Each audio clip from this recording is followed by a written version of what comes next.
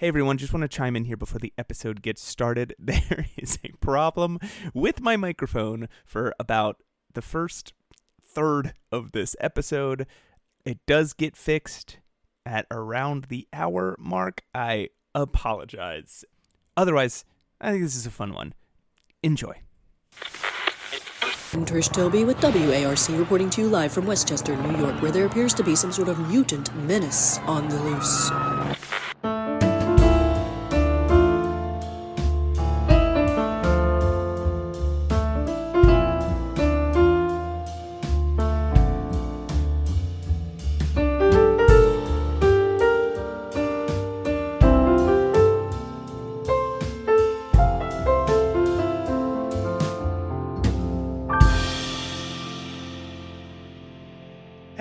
Everybody, I'm Matt Ocamp.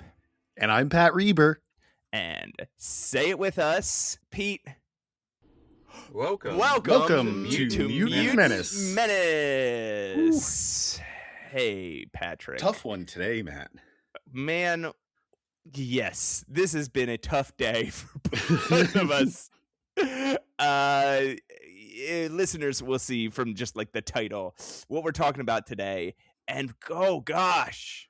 Goodness. My stars. Just watching a grown man play with action figures is literally all we've done today, and then had to write about it. It wasn't fun. It was not as fun as that sounds. Because I would love that. But yeah, today we're covering Secret Wars. Marvel superheroes. Secret Wars. Not the good one. So let's shout out our sources. We got Marvel Comics, The Untold Story by Sean Howe. Unbelievable book. If you want to know the history of Marvel, if you want to see some of the complicated characters behind the scenes, it is an incredible read. All the Marvels by Douglas Volk. Another one, just a man trying to interpret the entire Marvel universe as one cohesive story. And then Slugfest inside the epic 50-year battle between Marvel and DC by Reed Tucker. It's just a look at like how the companies were just constantly battling, constantly arguing, and trading talent back and forth in usually very hostile ways. Yeah. An incredible book. Those are pretty much our three sources that we're relying on today for a lot of our metatextual analysis of this series. There's a lot of context that we're going to provide before we go into this, because it is far more interesting than the story itself. The contextual analysis, you're right, that's a much better way to say it, because metatextually is all just us going, what the fuck was this guy thinking? We're going to do a lot of both here. So, where the fuck did this come from, Patrick? Well, one thing we should start with, this is the brainchild of one man who you and I think famously don't care for, to the point that for the most part we've refused to say his actual name on air. Yeah, he's a really controversial figure in Marvel history, and we have to admit that he did some good work, like right up top, trying to transition from the, say, Silver Age to the Bronze Age. But then as comics started to evolve into the cool thing that he made, he was trying to make them. He just consistently stood in their way as a stubborn, egotistic, sellout-y creep. And this is a big turning point for him, and we'll get into why. But we're going to mention his name a lot here. We're going to drop some of the facade here and stop trying to make up a new silly name every time we get to him. We're just going to use his real name here. This was written by Jim Stupid. And we should say artist Mike Zeck and Bob Layton, who comes in for 2 issues, probably because Jim Stupid and Mike Zeck were arguing so much. Inked by John Beatty. Jack Abel and Mike Esposito do a single issue. Colored by Christy Scheel. Lettered by Joe Rosen and edited by Tom DeFalco. who was kind of Jim Stupid's right-hand man on this. And if we're getting into the details, released every month in 1984, starting January 24th, 1984, and ending December 25th, 1984. Which you pointed out to me just before we recorded. Yeah, I'm not sure how we can count that as a release date if there's who was selling that on Christmas Day. Yeah, who was open on Christmas Day? Who was shipping those out, you know? But yeah. That's what the Marvel Wiki says, and they know far more than we do. It is true that Christmas has become more and more the thing that we know it today as over the 20th century. It is possible that more people worked on Christmas Day in 1984 than do today. Sure, like Bob Cratchit. Bob Cratchit was there selling all Jim Stupid's dumb books. All right, so, okay. Where did this thing freaking come from? There's a few different points you can call out as a starting point, right? The crux here is that DC and Marvel were not friends at the time. It was if you recall, the Teen Titans and Marvel crossover that was supposed to spin out into a few other DC Marvel crossovers until the editors got really nasty with each other. Yeah. That caused a rift. So DC and Marvel at this point are in heavy competition with each other. Yeah. Jack Kirby, right around the same time, very publicly discusses how much he dislikes Stan Lee, how much Stan Lee stole his work, the idea that he wrote all the comics. The only thing Stan Lee did was actually write the words into the bubbles.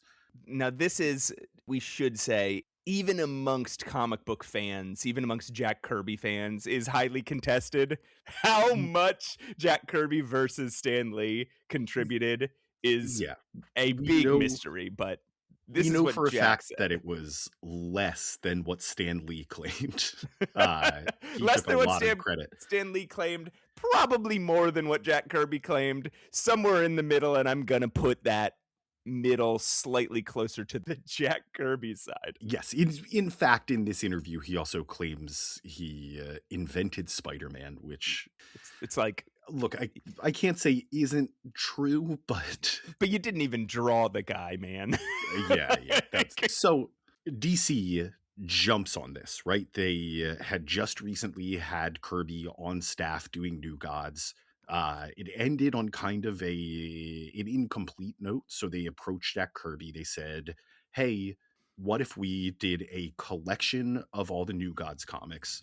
This time, we pay you creator royalties on those comics. And we're also coming out with a toy line with Kenner for Batman, Superman, Wonder Woman, all our key characters. What if we also gave you royalties for those toy sales? Right. At this time, also, there were some rumors flying around about Jim Stupid. He wanted to do a big bang in Marvel, where he had this whole idea where basically every Marvel character, there'd be a big bang in the sky, and all the old heroes would die, and all the new heroes, like there'd be a bunch of new heroes that like fell out of it or something. I don't know. Yeah. It was essentially every character's continuity is too heavy now. We need a full reset for the universe.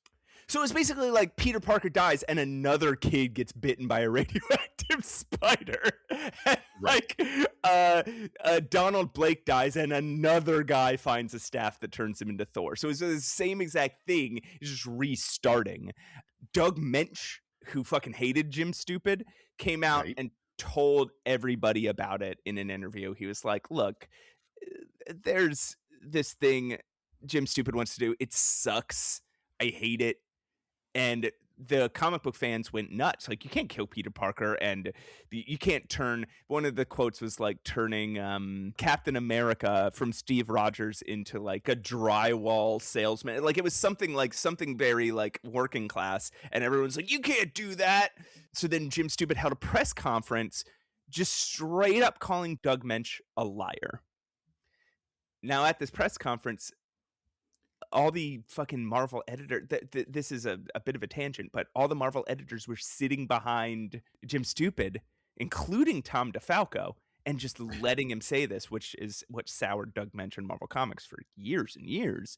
But Tom Sure, yeah. DeFalco fucking later confirmed that this is exactly what happened. Jim Stupid legitimately said all of this stuff.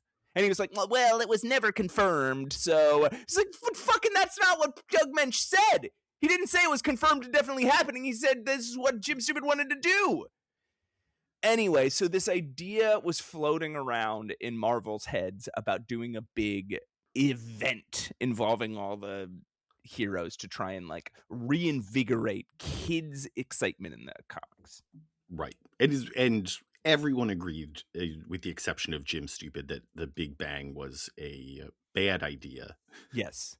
Going so obviously they didn't do it, but Mattel, the toy company whose stiff competition at this time was Kenner, saw Jack Kirby was offered these New Gods toys, saw that they were coming out with all these other toys, and panicked. They said, we need to get into this. Marvel had already tried to strike a deal with Kenner. Kenner said no thanks. So Mattel swooped in and said, let's make a deal.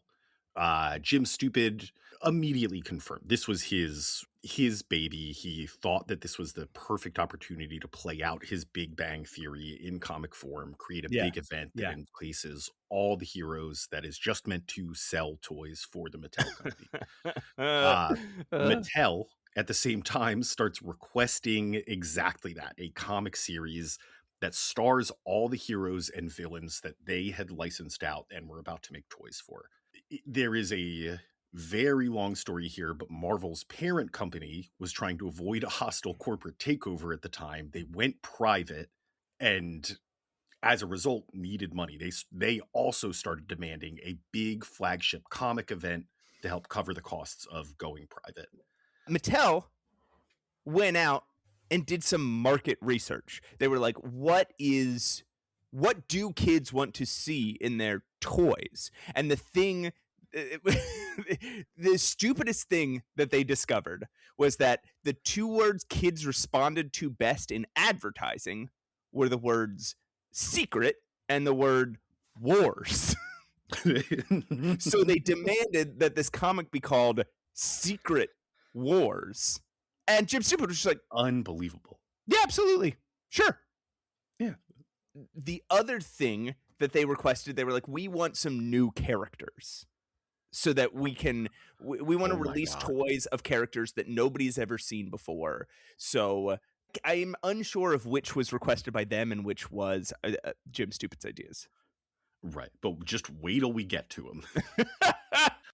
I think the other big pre-sale detail is that Jim Stupid saw this as an opportunity to start integrating the ideas that he had for comic book characters that the current writers on those series had already said no to. Right. Including, he had, I think it was for $220, bought an idea from a Spider-Man fan to put him in a black high-tech suit.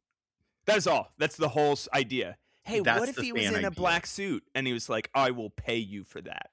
Right. And the current writers and artists of Spider-Man had said no to that idea when he brought it up. So yeah, Secret Wars was his opportunity. Right. He had this idea, and this would go on for a long time. And we're going to talk about this a lot as we talk about this comic, because to him, this was confirmation of it. Because we'll jump ahead and say Secret Wars sold very well. It went nuts. Yeah. So this was confirmation to him of a prior belief he had, which is that he could write these characters better than any of these dumb writers he had working for him. Right. It gets so during production, you can see parts of this start to sprout up, right? We have Zek doing the pencils originally. Apparently, Jim Stupid would call him over and over again and say, hey, you have to redraw this panel. You have to, this is too much action. Yeah. What he was really insisting on was establishing shots and long horizontal panels so that they could include as many characters as possible. Yes.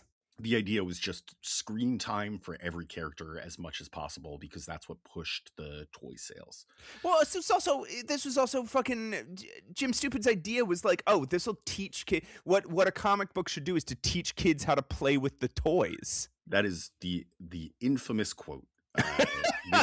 He literally said that this Yeah. series was to teach children how to play with the toys. Yeah, so having as many as possible was only going to Right.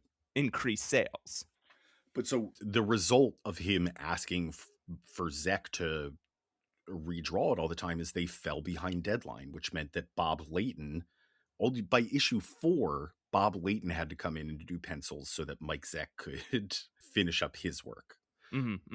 Bob Layton takes over for 4 and 5. Zeck comes back for issue 6, and by that time, Stupid is sending him stick figure drawings for every panel along with the scripts. He's saying, unbelievable. Just fill in the actual drawing here. And granted, you might be looking at this in 2026 and being and thinking in a post Alan Moore world, you might be thinking, well, yeah, the writer dictates everything that goes on. This was the reason that Alan Moore got away with that was because he was trying to do this like visual poetry with his work. And after that, yes, the norm became for writers to be a lot more precious. And it's actually bounced back a little bit in recent years with dudes like Tom King and whatnot. But this was before that. So the idea of sending, it would be like doing a line reading for veteran actors as a novice movie director. Right. If you were like, no, read it like this. Yes. You can't handle the truth. Like, hey, Christopher Walken, come over here. I have... Yeah. Exactly. So, like you mentioned, the series comes out. It has every superhero in it. It sells. Issue 1 sells like crazy to the point that, like, the comic book shops sold out in their first hour. People were creating these huge mobs demanding more. This is great for Marvel. It doesn't set a great precedent for Marvel, and we'll get into why as the podcast goes on. But at this point, Jim Stupid sees himself as the expert. I think you already said this, but he says out loud that he knows each character better than any of the artists. So any of the or writers, just he knows them better than any of the staff. Any of the Marvel staff. So he starts doing the stick figure panels for every artist, or he starts asking them to make their comics more like Secret Wars. He is showing them panels of Secret Wars and saying, this is what you should be doing with your story. He also just ego-fed, started scrapping ideas he disagreed with and rewriting entire issues himself. He tried to, even though it was his idea or the idea that he bought, he tried to scrap Spider-Man's black suit immediately. Literally, the issue after it debuted, they were instructed to kill it. And they fought against it because the publishing timelines didn't end up lining up. That's the only reason we get the black suit saga out of Unbelievable. It's there's so much in this run that Jim Stupid accidentally does right, and then tries to sabotage immediately. Black Suit Spider-Man is one of those things, but the reasons that he does it suck. And even the idea of like a high-tech black suit is not what the better writers end up doing with it, where they create the concept of Venom and symbiotes. But like that's not the idea he had. A fancy so the other thing that saves the black suit here is after he tells them to kill it, word gets to Mattel and they're thrilled. They say, we can sell 2 Spider-Man figures. We can sell a red and blue suit figure and a black suit figure. And a black suit figure. That's doubling our sales. Yeah. Do not kill this new suit. Right. The other one that so J.M. DeMatteis had been working on Captain America for a year at this point. He had created this big long arc where Captain America eventually kills the Red Skull. Like the last Whoa. issue, Okay. Captain America number 300, he ends up killing the Red Skull, Yeah. throws his shield into the Hudson River, walks off, and it's supposed to kick off a series where Captain America is like, I've lived my full life in a war. I've tried being a superhero. It still all just results in death. I'm just going to be a peace activist. And he goes out, he tries to be a peace activist. The government tries to kill him for it. Eventually, I forget his name, but the second Bucky Barnes ends up killing him, like in an attempt to work with the government and be a good Captain America like figure. Wow. Captain America dies, and he's replaced with a Native American man who becomes the new Captain America. Moving forward, we have a brand new Captain America. This fits right in with Jim Stupid's plan, right, to refresh every comic book character. It's also such a compelling arc to throw him on. I think, like, what is it, later in the 80s, they take some notes from that for his Nomad run. His Nomad run, yeah. Jim Stupid sees the issue after it's written and drawn, and he says, this isn't right. Captain America can't throw his shield into the river. He scraps all of J.M. DeMatteis's work, rewrites the issue from scratch, and publishes this mediocre story where Captain America lives and just keeps being the best. Stupid is the only one high on his success here, right? The writers, the artists, the editors, even the parent company's reps in meeting with staff agreed that the run was shit, but that because it featured every hero, it sold really well. People were just going to flock to buy it. Yeah. And so immediately after issue 12 of Secret Wars debuts, I think before we actually hit 1985, Secret Wars 2 is announced. And yeah, which is going that's going to be a nightmare of its own that we're not getting into today. When we cover that, holy shit, people. That there is a year of sorry, I'm not going to get too into it, but there's a year of Marvel Comics where it's not just one series that's unreadable, it is all of Marvel Comics that's unreadable. We're going to get so mad. We're gonna get so mad, and we're gonna be talking about it for like 9 episodes because we'll read 3 issues of New Mutants and then have to read 2 that are about Secret Wars. Yeah, and then get so mad. Then we'll read 4 more issues everything. And then another Secret Wars 2 issue. It's gonna suck. Anyway, there's a fucking issue in Secret Wars 2 where Spider-Man has to teach the Beyonder how to poop. Literally, I'm not exaggerating. He's like, spoilers, Matt. You're gonna feel a pressure in your lower bowels. We will get too mad to continue recording if we keep thinking about it. Okay, so why don't we breathe for a minute while our piano player comes? Ew. We can listen to the dulcet sounds of his orgasmic playing. Ooh, listen to him tickle those ivories in all the right spots. All right. And then gives it a little kiss at the end. Okay, welcome everybody to Pat's Email Corner. We got a I'd say normal sized inbox today, Matt, which is perfect for our purposes. Thank you. Starting off with Email Michael, episode 49 responses. Hello, Email Michael. He says, Hi, hey, Email Michael. Matt, tell Matt that I think it's great that you've opened the door to such answers as I got a haircut just like Sasquatch shortens his hair to the question of what X-Men related thing you did this week. Now that you've done that, you'll never have trouble answering this again. You could say things like, I ate food just like Wolverine does sometimes, or I experienced weather, the stuff Storm can control with her powers, and it would be just as valid as the haircut story you already got away with. Great idea, Pat. Keep aiming low. I support you. He savaged you there, Listen, my friend. I'm usually not smart enough to understand when I'm getting made fun of. So thank you. This is it.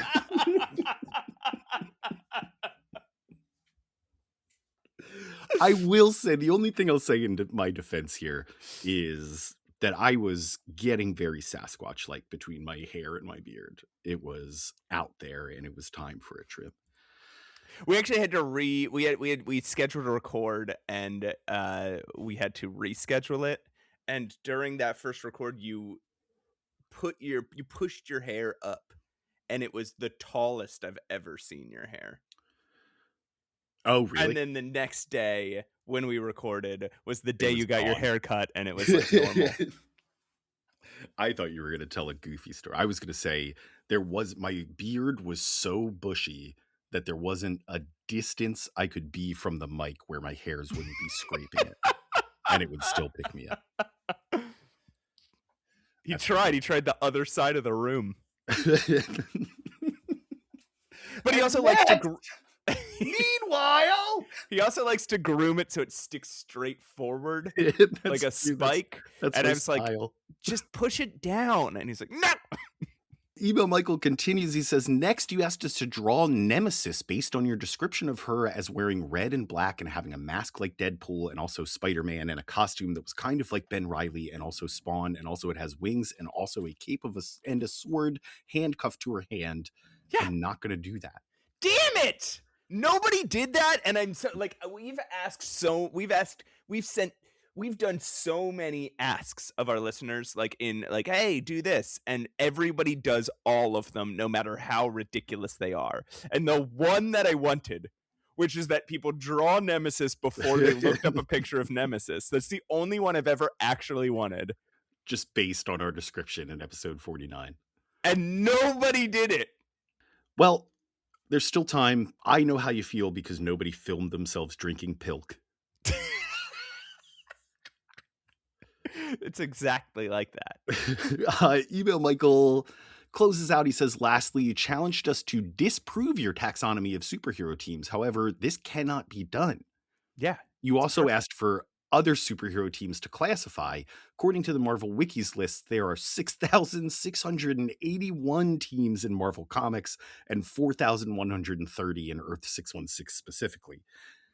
I'd rather not just pick some at random because a lot seem pretty uninteresting or short-lived. For example, the Alpha males are a bunch of clones of a boy named Alpha who appeared in a single issue of Spider-Man in 2012 before being destroyed.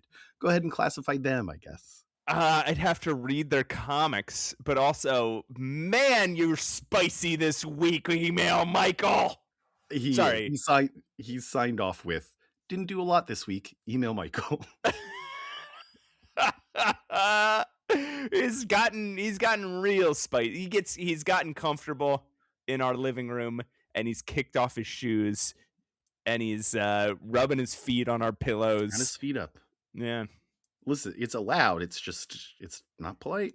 It's not polite. I'm not going to kick you out of the house. Up next, Matt, another returning regular saying, you're never going to believe this. It's Ambitious Eric. Oh. Wait, I'm never going to believe that our regular email emailed in. No. You're never going to believe this is the title of the email. Oh, let's get into this. This sounds exciting. Hey, Pathu, tell Matrick I said good evening. He'll know what it means. Huh. We're not starting off strong here, Ambitious Eric. Well, that's why he's ambitious. Is sometimes he just takes big swings for the fences. That's true. I love how Mikey Two suggested you cover a DC hero nobody ever heard of for April Fools, and he specifically names Ragman, who is one of my favorite characters from the Distinguished competition. I never realized how much I was that guy about obscure comic book characters until I started listening to your podcast. I think there's a thing. Ragman is one of those ones where I like, yeah, he seems like he looks cool. And there's something cool about liking him because he looks cool and he's so obscure. But I don't know. Maybe you guys can tell us. Is there a good Ragman story? I don't know who this guy is. I'm going to go ahead and say there's probably not. But this is the thing. Sometimes there's these characters like Nemesis. Looks awesome. I want to be a big Nemesis fan. There's no good Nemesis stories, unfortunately. Yeah. Wrong time to debut a cool character.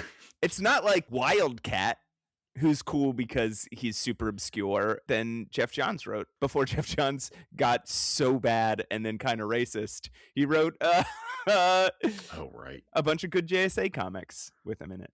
Ambitious Eric goes on. He says, it's rare I get the chance to out-pedant Matt, so I'm excited to inform him there's only one R in sherbet. Is that true? Sherbet? Yes. Is it one of those things where like no. if it's made in France or whatever, it's sherbet? No. If you get the cheap local version, it's sherbet. No. What? Oh, well, okay. By the late 18th century, sherbet had become the established spelling, but after only a few intermittent uses in the 18th and 19th centuries, this is from Merriam-Webster, folks, sherbet staged a minor comeback in the 20th century. It's now a fully established, though far lesser used, variant. Also, when sherbet began to exist in the 17th century, so we're talking fucking 1600s, folks, there were two ways to spell it, sherbet and sherbet. And Old English and New English. Well, look, he's right, but he should also stand corrected. Exactly. All right. Thank you, Ambitious Eric. Up next, Mikey Two Mails sends us his traditional two mails. Oh. Mikey Two Mails says, I was thinking earlier, what would be the worst superhero team to try and team up with the X-Men? I think that there would be some downright disastrous combinations with how many superheroes there are. What do you think would be the worst team up? Mikey Two Mails. I mean, this is tough. I think so. The X-Men function as like a found family. Like that's the biggest thing about X-Men stories. You found family stories, and like coming of age, like growing up and becoming your best version of yourself stories. So, what's something that like really scrapes up against that in a way that's not fun? The Punisher. But a team. Okay.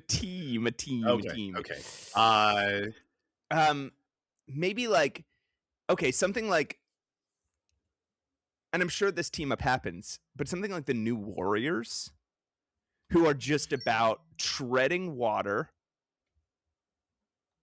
right? Like the New Warriors are about treading water and trying to sell some books before they can spin off into their solo series. There's no growth that happens in the New Warriors. Or same with the Defenders, right? The dollar bill era of the Defenders, I was going to say. Yeah.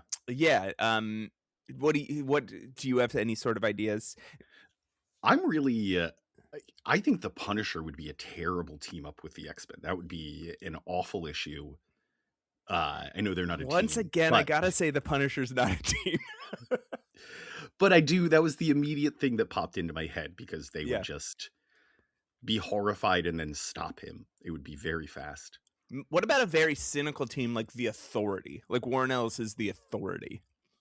That might be good. That might be bad, right? Like to have them cracking wise and being all weathered and worldly, and have the X-Men kind of just being like, what's your problem, guys?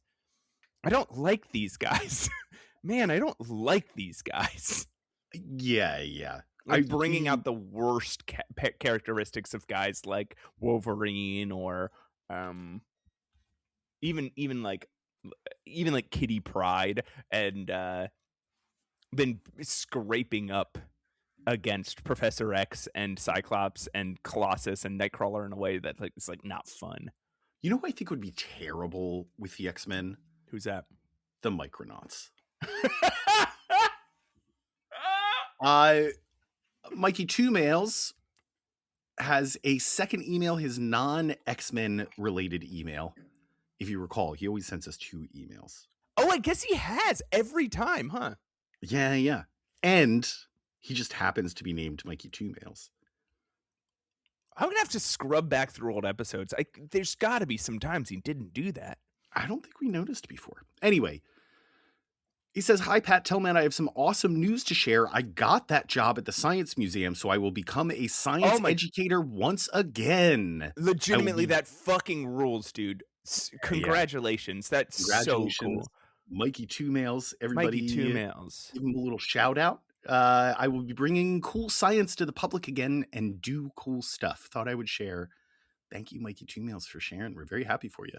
Ah!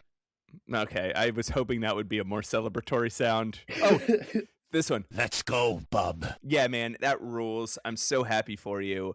I'm so happy that you'll be able to afford to join at a higher tier of the Mutant Menace Patreon.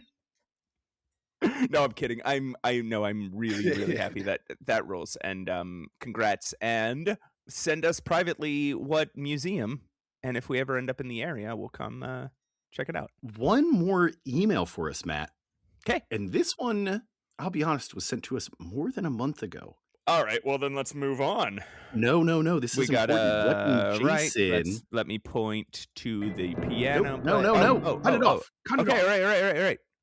Right. Weapon Jason, as soon as we released a reading order on our Patreon, was kind enough to write up just a brief recap of what all of our favorite heroes are doing immediately before Secret Wars. Oh, cool!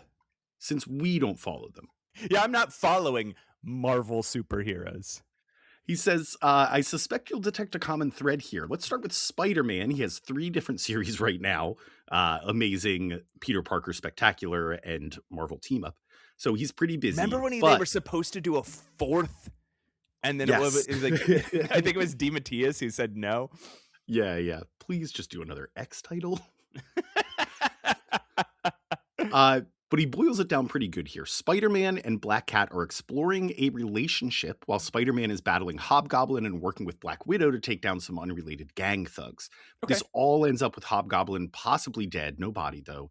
J. Jonah Jameson turning editorial over to Joe Robertson. Robbie Robertson, you may know him as. And His Black name Cat is getting... Joe? Yeah. It's like Joseph Robbie Robertson? His middle name isn't Robbie. They just call him Robbie because his last name is Robertson. I never knew that. Yeah. And Black Cat getting superpowers and potentially becoming Kingpin's new assassin. Were superpowers like luck powers? I think so, yeah. I'm pretty sure it's like in a deal with Kingpin, she gets them, and then sometimes they're present, sometimes they're not. Depends if the writer remembers. Exactly. Yeah. Peter has dinner with Harry Osborn, but on leaving the restaurant, his Spidey sense, which has been long dormant, reactivates with the cosmic threat levels. As Spider-Man, he investigates the cause, a mysterious building in Central Park, and poof, he disappears into Secret Wars. Oh, okay. Over in Iron Man, James Rhodes is wearing the Iron Man armor and battling problematic Mandarin. It's James Rhodes' Iron Man, which we eventually find out in, I think, issue 10. Yeah, I mean, it's implied earlier than that, but also...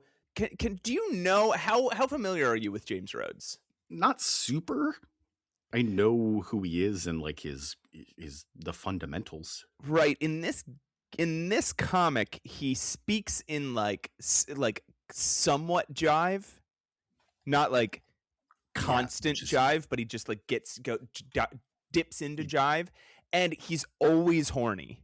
And I'm wondering if that's Jim Stupid's racism or if that's all of Marvel Comics' racism. Right, if it's happening in the current storyline as well. Yeah, the Iron Man story. Yeah. Rhodes is full of doubts and imposter syndrome about being Iron Man, but rallies to stop the Mandarin's grand scheme by destroying his lair. Returning to New York, Rhodes' coworker Morley alerts him to a weird energy in Central Park. As Iron Man, Rhodes goes to investigate, finds a mysterious building in Central Park, and poof, he disappears into Secret Wars. Oh, okay.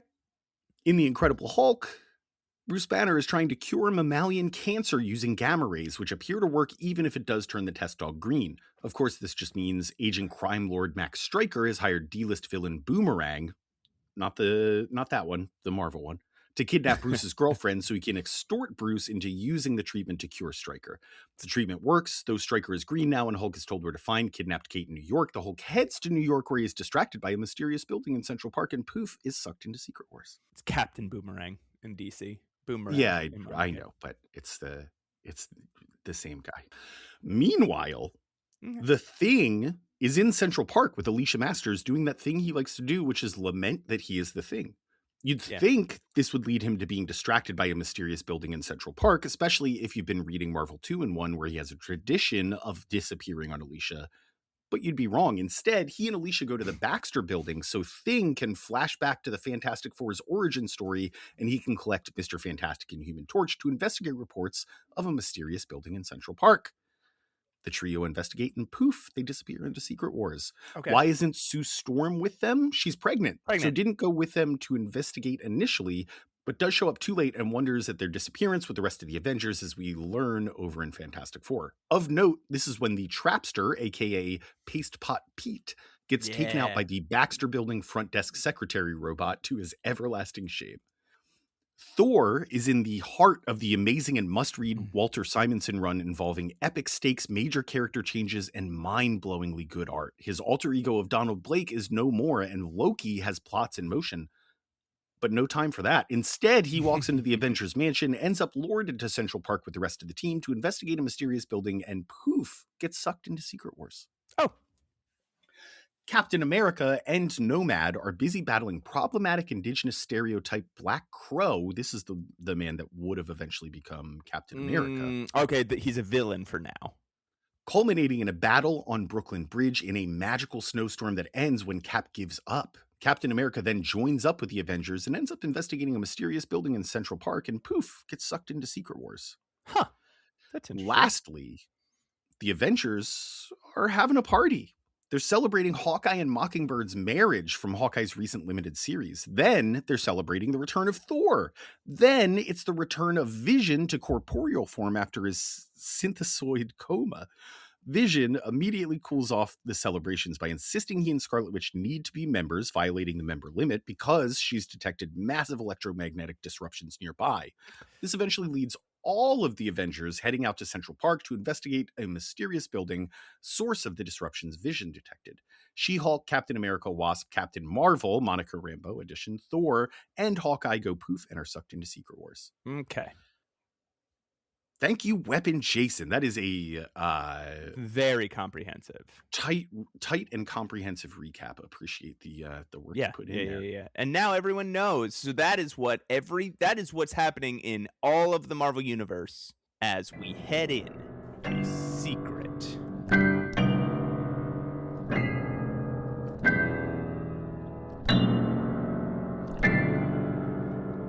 Wars. But before that, Pat, we've talked about comics. We've talked about emails. I want to talk about you for just a second. Pat. Yeah. Did you do anything secret this week? Matt, I'm going to say no. Sometimes it's okay to just say no to this question. Oh. Matt, okay. Did you do anything secret this week? Pat, I live alone and I'm single. Everything I do is secret. Literally it doesn't matter how mundane, nobody knows about anything I do ever. Tell us a secret, Matt. Okay, the other night I made cookies and soup. Ooh. I've been having some insomnia, so I made them late at night, like it started at 10 p.m. or something. Cookie soup. No, I didn't make cookie soup. I made cookies and they were both bad. I think I used a little too little sugar in the cookies, so they were a little bland. Oh, more of a biscuit. And I forgot the flour. And it was mostly just eggs. I just made eggs. I made sweet eggs. Vanilla eggs. I made sweet vanilla eggs. They were really scrambled though, and they had baking powder in them, so they foamed up. Got a good rise. Okay. And I forgot salt. So no salt, no sugar. It was they tasted very floury, very bland. And the soup that I made, I was just kind of like throwing together ingredients that I had that were all old. Like I had potatoes that were getting too old. I had broccoli getting too old. I had milk getting too old. I had vegetable bouillon that was getting too old. So I threw it all together. without like looking up any kind of recipe. Oh, and basil and thyme, Okay, uh, sure. Yeah, without get any a little spice in recipe, there, and it would like a little seasoning. no. I mean, that Not was good. it was also bland because like I didn't like I put in the spices later. I didn't start with just like Oh, okay. boiling some spices at the bottom of the pot. Mm, So I had a bland soup and bland cookies, um, both made with aging ingredients. yeah, that's a So secret, all right. Don't that tell was anyone. don't shh, shh, shh. Literally everything I do is a secret. All Nobody right, Matt. knows. I could fall over dead. How many days would it take for you to know I was dead? You would wait like 3-4 days of not hearing from me. Well, I'm getting really sad thinking about this, Well, then let's do something that's happy, like talk about our least favorite comic book series, Secret Wars by Jim Stupid and Mike Zeck. Oh, all right. Let's start, Matt. Call me crazy. With issue number 1, The War Begins. I don't get it. A huge group of Marvel superheroes are suddenly on some weird space platform. The group? Captain America, Captain Marvel, Iron Man, Hawkeye, Wasp, Thor, She-Hulk, Hulk, Spider-Man, Thing, Mr. Fantastic, Human Torch, Professor X, Wolverine, Rogue, Storm, Cyclops, Nightcrawler, Colossus, and Lockheed. I cannot wait to see how Lockheed interacts with all these other heroes. He get here. Fucking also, Professor X is in a damn wheelchair. Yeah, he forgot how to walk again. Wait a minute. Yes. Cyclops isn't in the X-Men, and he wasn't with them when they found that big cairn in Central Park. Yeah, you're absolutely right, Matt. On another platform is a huge group of Marvel villains. Enchantress, Ultron, Absorbing Man, Wrecker, Thunderball, Piledriver, Bulldozer, Kang, Dr. Octopus, Lizard, Molecule Man, Doctor Doom, and Galactus. Who? Matt. The Wrecking Crew is here. Yeah. You've got a goddess, a robot made of adamantium that almost killed the Avengers. You have a man that can turn himself into any material just by touching it. You have Kang, a Time Lord, a warlord, a man who is from the far future and is a brilliant scientist in the far future. Dr. Octopus, fine.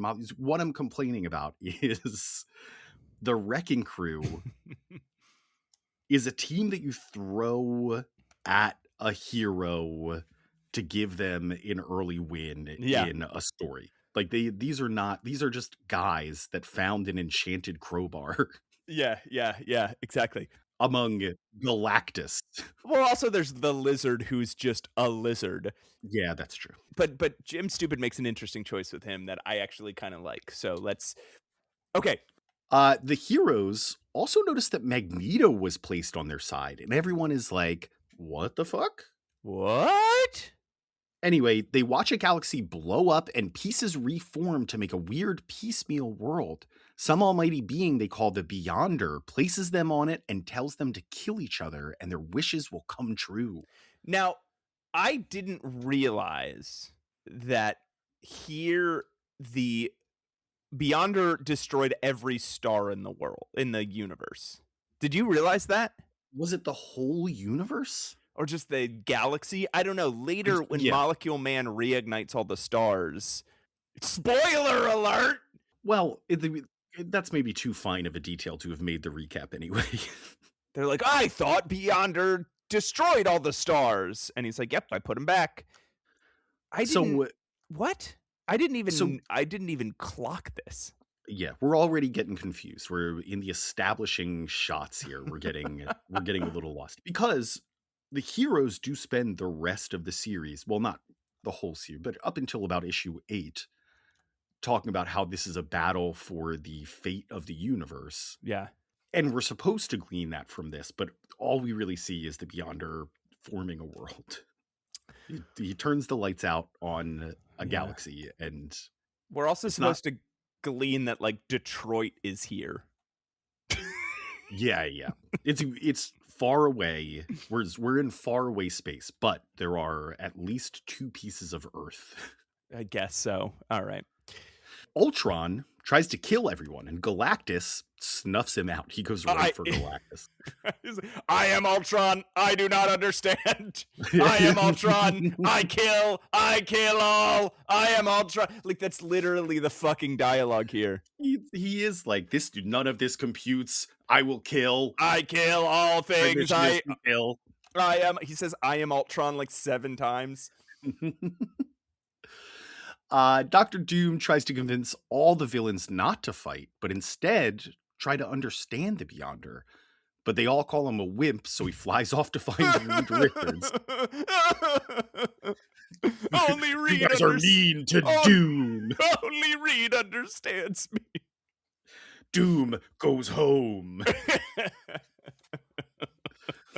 But then Kang blasts him out of the sky. Ooh. The heroes, meanwhile, are arguing about Magneto. How can he be a hero when he's a full-on murderer? The X-Men stick up for him, which turns the heroes against them briefly until Magneto decides that this isn't worth spilling mutant blood over, so he leaves. Mention of the submarine attack. That's right. That's the murder they're referring. Because I was thinking back, I was like, how many people has he actually killed? Yeah. And he sunk the submarine. But in his defense, that was a nuclear submarine, a warship that was coming at him to kill him. Yeah. Hawkeye has a very strong opinion on this, which checks that with his character. That tracks. But yeah, he is standing toe to toe to Cyclops and being like, "What are you going to do about it, One Eye?" Cyclops would wreck you. Cyclops would fucking bury you, dude. But he doesn't even have to use his powers to bury you. And look, I have a lot of respect for Hawkeye. He's pulled off some incredible feats. He's got that one incredible Matt Fraction run, right? There's a lot of good to be found in Hawkeye, but step down, man. Yeah, you are this without using his optic blasts, he would beat the shit out of you. Yes, he would body you instantly. And I hear you. Yes, it's very in his character to challenge anybody. Cyclops will go. Cyclops will. He's got a short fuse. He'll throw down. He'll throw down if he feels. All it took was for Hawkeye to say one. If he had gotten just 1% more racist, Cyclops would have like put his face in the dirt. Yeah. Okay. Or if he was written by anybody else, he would have beaten the fuck out of Hawkeye. Right. Then this all kind of calms down when Magneto flies away. So instead, they debate over who will lead them, and they choose Captain America. Yeah, of course. Jim Stupid loves Captain America. He will not. So it was to the point, and it starts here. It goes through the entire run. It was to the point where I thought we were going to get like a turn where Captain America turned out to be a villain in disguise this whole time, because everybody is just like, the entire run is saying Captain America is so great. We can always rely on him. He will never let us down. He always holds steady. Like, it feels like they're trying to foreshadow, not subtly, that he's going to be evil in this. Wolverine. I think Jim Stupid hates Wolverine because he has Wolverine talking like he's from the 1970s. Like he has not read a fucking X-Men comic since the 1970s. And Wolverine says, yeah. Captain America is the least of him. I won't follow him. Fucking bullshit. But it's also it's a terrible rendering of Wolverine. I don't know, for any of this art, you can't tell where to blame Mike Zeck or Bob Layton or Jim Stupid, right? It's just one of them there was so much back and forth and tearing at the fabric that this could be anybody's fault. But we see Wolverine with like a tiny head. His claws they look like little thumbtacks. His like They're small, they're thin. They look like Mhm. Arya's sword on the Game of Thrones show. He's got a giant chin, and his neck is as thick of as his head. He looks like, all right, for our real big nerds here, he looks like the roach in fact, he looks like the Wolver roach in Dave Sim's Cerebus. But for our Oh. less nerds out here, he looks like the Crimson Chin from fucking the Fairly Odd Parents. Sure, yeah. Then the heroes see Doom's little hover scooter go down, so they check it out. But when Doom sees that everyone pities him, he gets mad and runs off again. there's, there's no reason. He's looking for the good guys, and he finds them, but he's half dead. So they're like, "Are you okay, dude?" He's like, "Fuck you! No! Pew, pew, pew!" No one understands Doom. Fucking yeah. Who is this guy? I think there's a really good. I think later in this series, there's some really good characterizations of Doom, but Yeah. Yes, for not sure. here. No, here he is just whining all the time. He's Yeah. got some grand idea that he won't tell us, and he won't tell anyone else, and he's just whining. Yeah. Anyway, immediately after that, the villains all attack the Yeah. heroes. All right. There goes that. That was our first issue of Secret Wars. At some point, Kurt Rupert. Oh, yeah. Kurt Rupert. Kurt says, Ach Nein Zein. Zein isn't a German word. Ach Nein No. Zein is not a German phrase. Kurt Zein is close to a lot of German words. Kurt is not German? Or He he's can't just speak making German? up words. Yeah, in maybe German. he's just been making them up this whole time. He's not actually German. So Ach is just an exclamation. Oh, yeah. Ah. 9. 9 is no. 9. No. Zein Zein. is close to like Zeit. But Which is even if he had time. said Zeit, he would be, oh, no Zoik. time. Zoik, which is thing. Oh, no thing. Oh, no thing. Oh, nothing.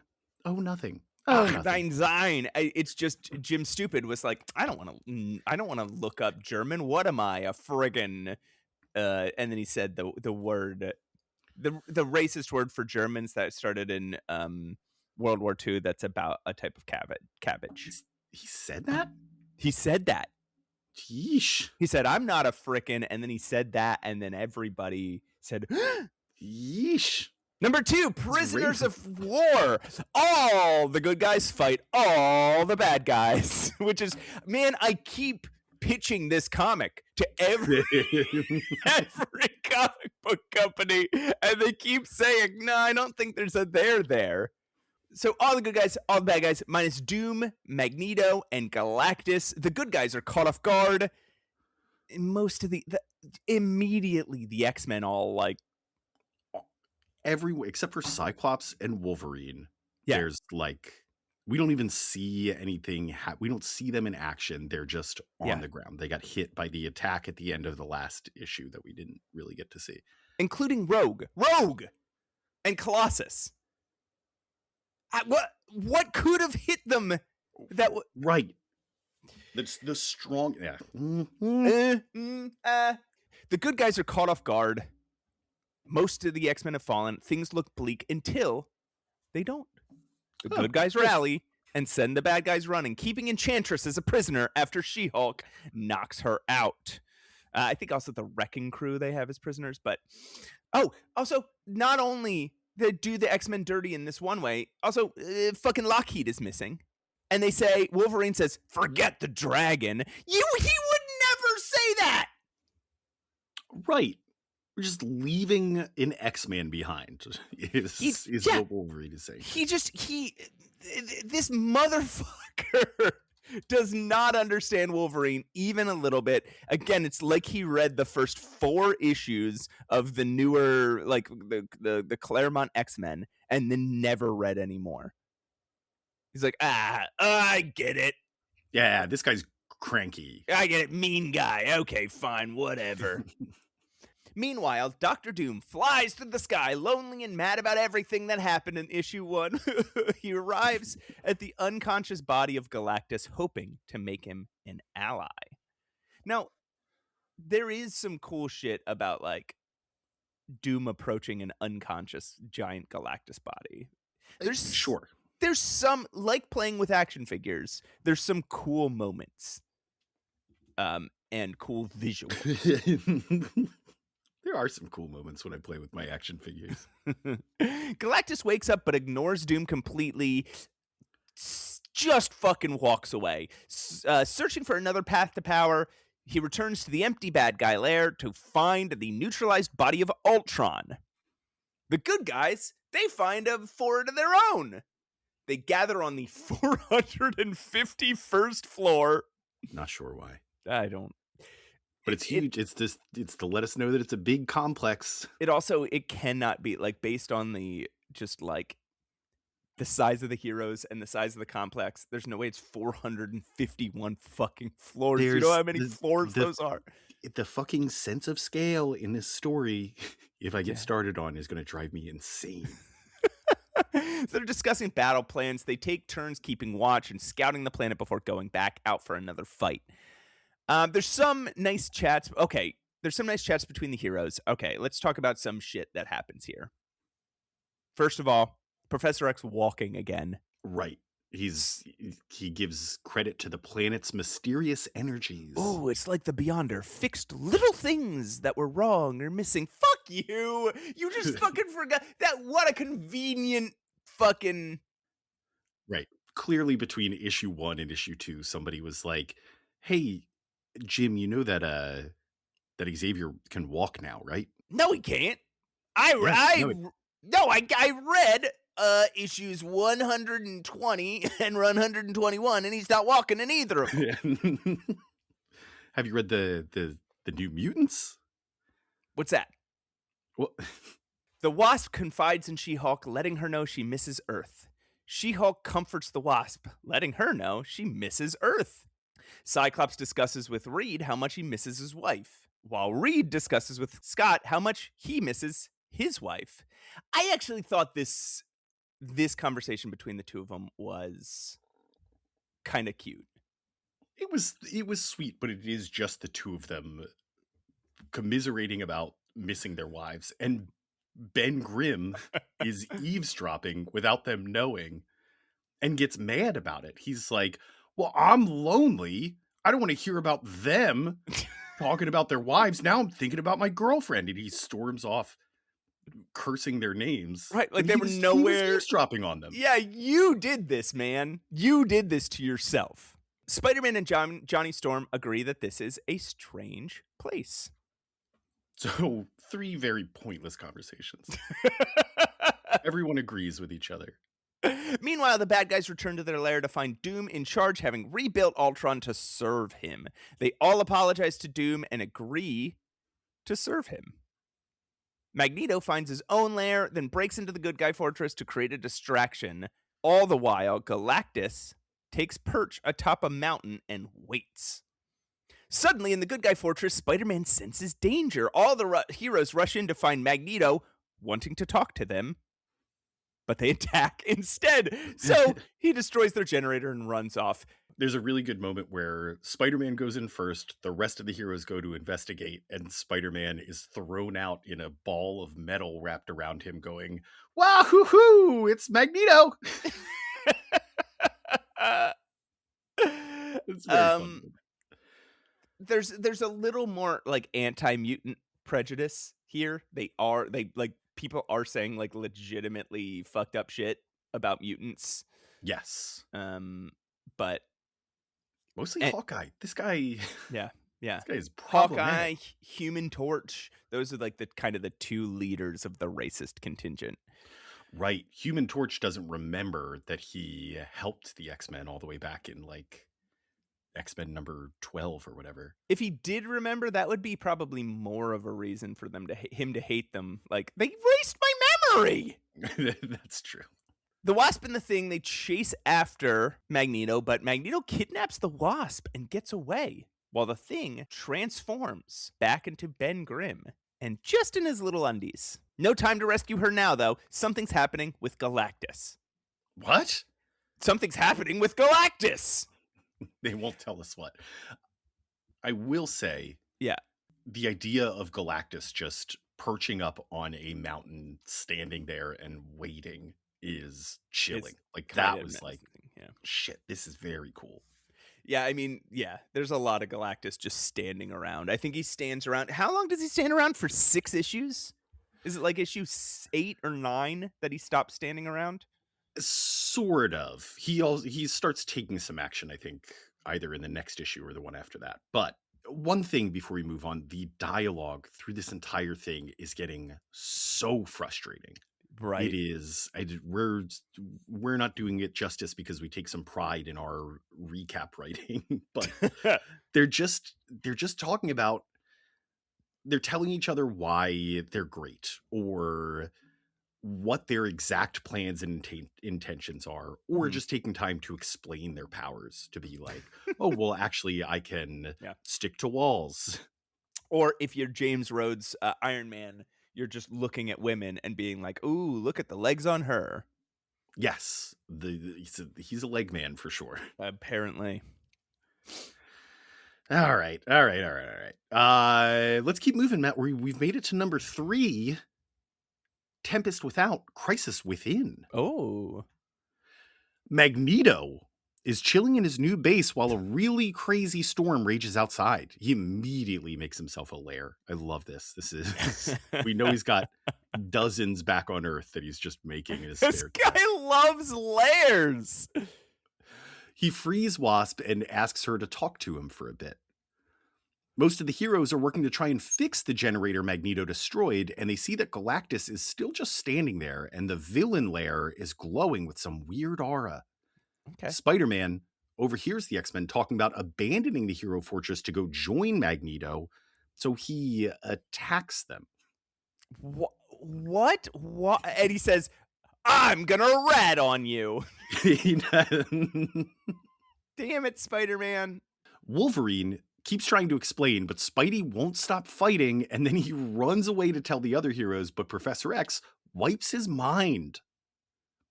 Spider-Man runs up to, I think it's Reed Richards, and is like, Reed! And Reed is like, what? And Spider-Man's like, I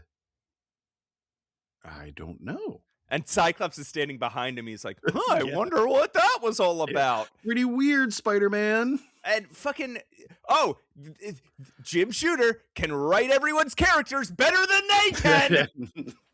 This is exactly what the Spider-Man I know is like. So then the X-Men just take off in some ship to find Magneto. Jesus Christ.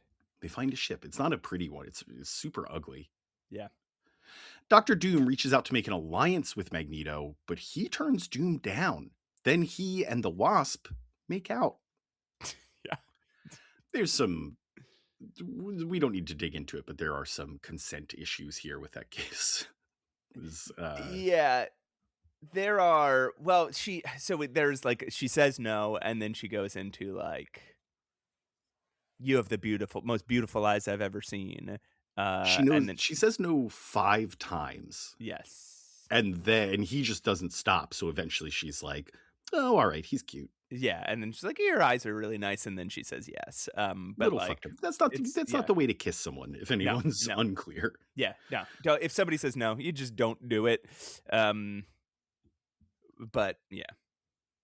Dr. Doom takes 2 human women he found somewhere and puts them in a machine and turns them into supervillains. Fucking women from? He's just got 2 women. I found 2 women.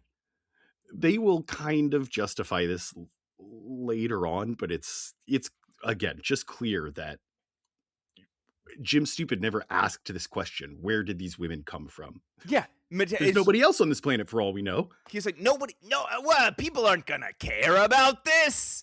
I don't know why I'm doing like the old Jim Stupid actually probably had like a voice that sounded like ours. I don't know why people are gonna care about this. Yeah, but high pitched. I don't know why people are gonna care about this.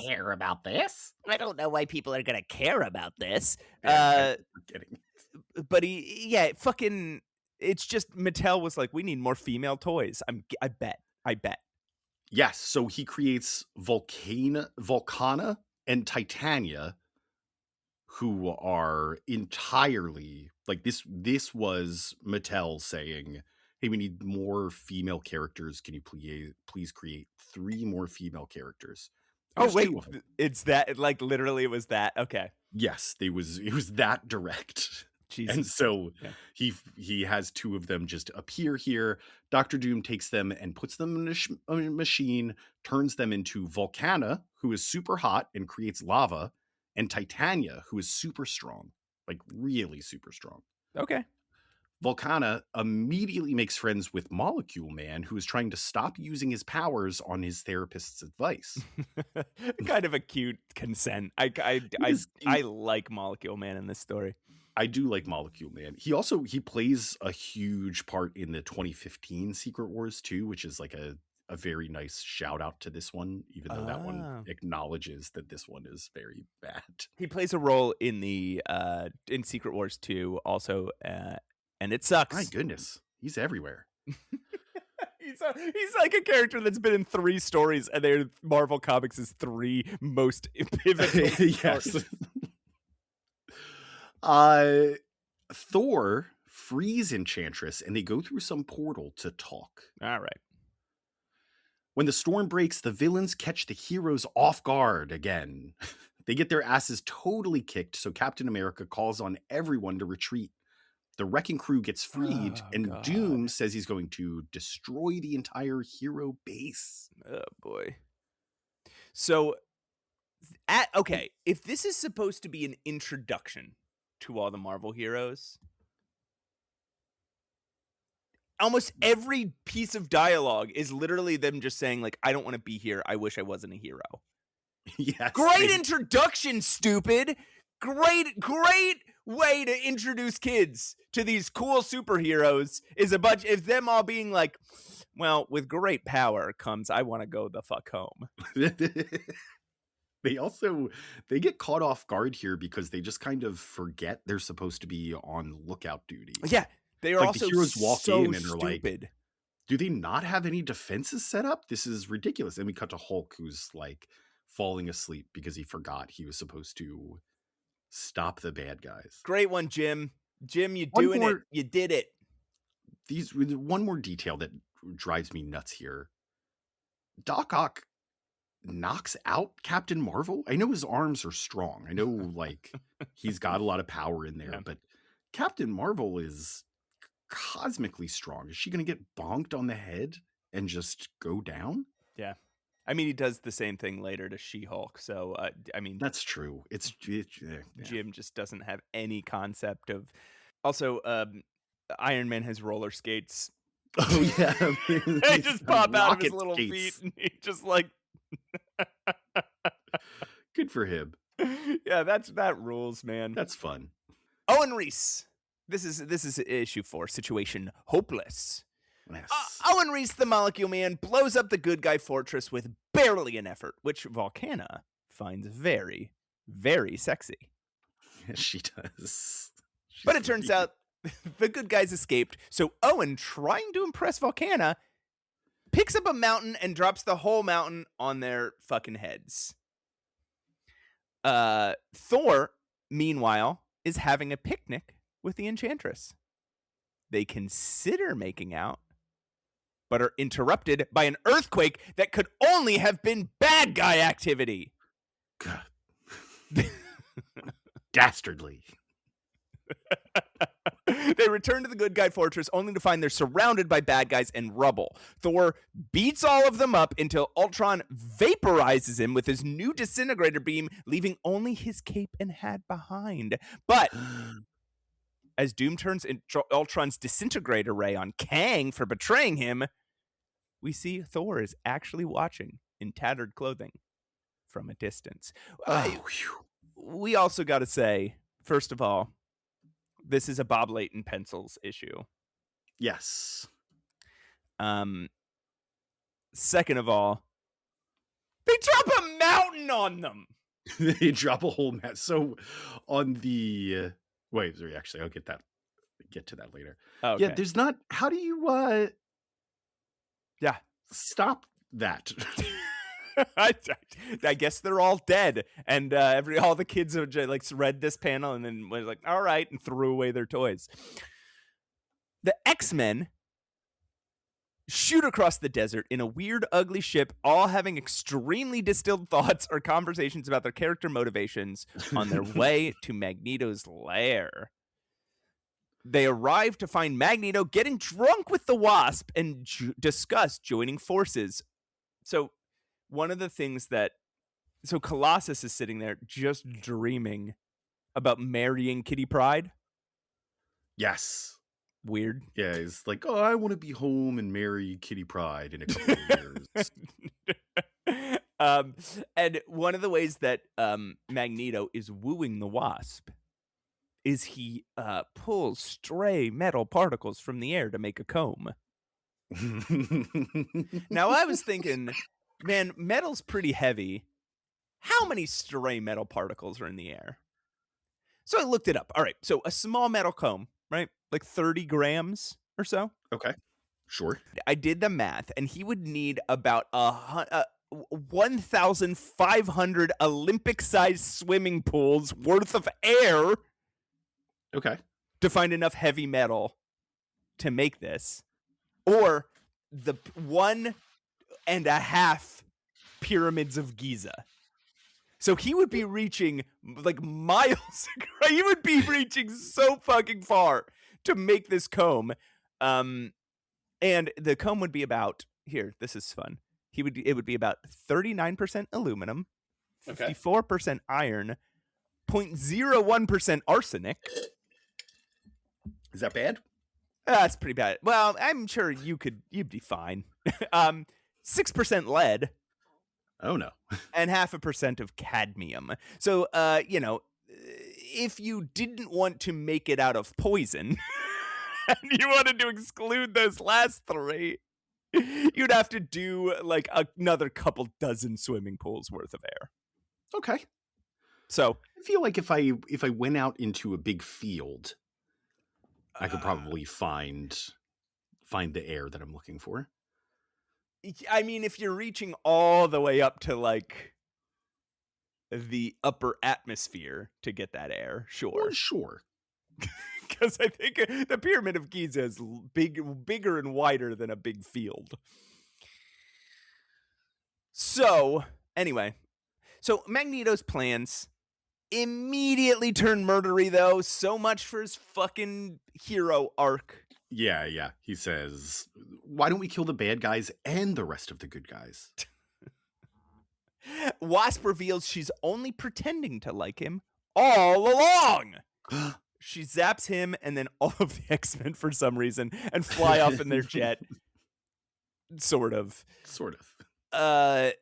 She calls him the most evil scum since Hitler.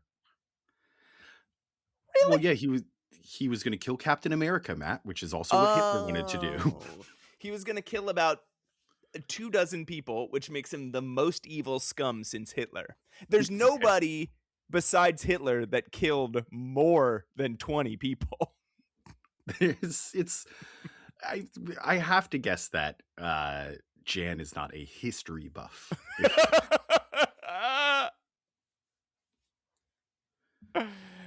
Oh boy.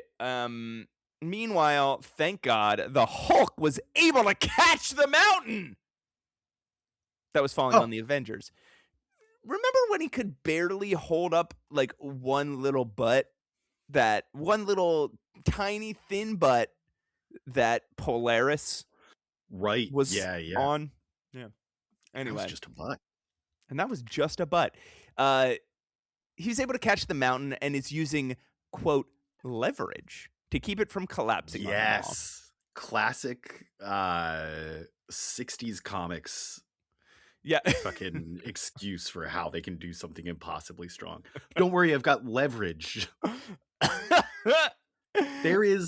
So the cover of this comic shows Hulk holding up a mountain. So we already know that they weren't going to die under the mountain. You knew it. We looked at the cover. But and this is where, again, if I talk too long about this, I'm going to go fucking nuts. But They say that the Hulk is, on the cover, beneath 150 billion tons stands the Hulk. 150 billion tons, Matt, is how much this mountain weighs. How heavy is a mountain? How heavy is the sun? Okay, it's telling me how heavy the guy who played the mountain in the Game of And? Thrones is. Well, he's about 386 pounds.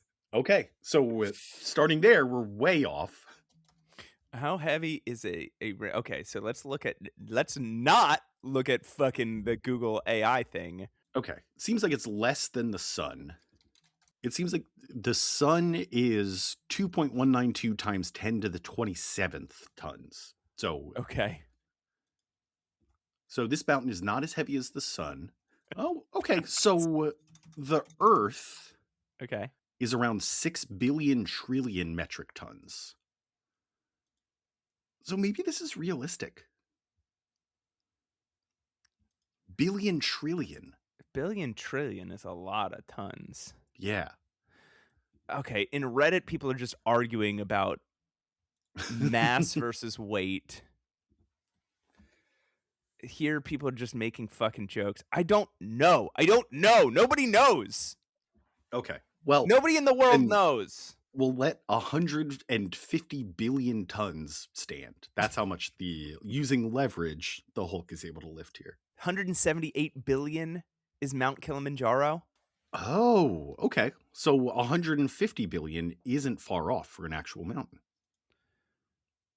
Yeah, I guess not. Somebody did the research here pre-internet. Whoa. All right, okay. man. All right. Respect on Jim Stupid's name. I don't know if that was his choice. Reed he steals Spider-Man's web shooters and all of Hawkeye's trick arrows so that he can improve Iron Man's armor real quick. Then he has Captain Marvel and Johnny Storm juice him up with energy, allowing him to blast through the mountain. They're free! Whew. Fucking... They survived a mountain dropping on their heads. What happens with Hawkeye and Spider-Man? They don't have their stuff! They complain about it a lot. They wander off to a village, you say, full of alien cat people, and I think they're just people with cat eyes. Yeah. I was trying to be concise. There's just nothing else about them that's cat-like, I guess, is my issue. But it is very definitively cat's eyes. Yeah, totally. And despite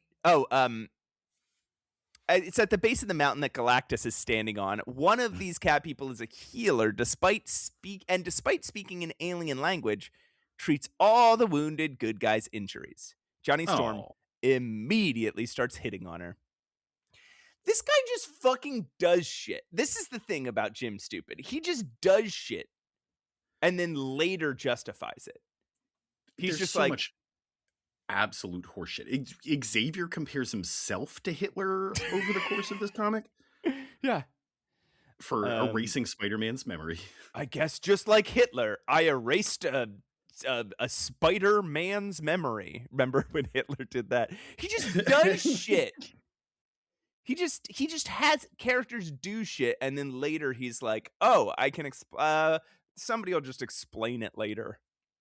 And most of the shit that they're doing isn't moving anything forward. Yeah. It's just them. The other thing that's driving me nuts is they keep saying, this is war. Like when they're arguing about what their next step is, somebody steps in to say, this is war. What? You are like 12 versus 12 right now. You're barely fielding a football team. And this is not war. You guys aren't doing anything. Like, that's the fucking thing about this. It's just, all right, we'll get to it.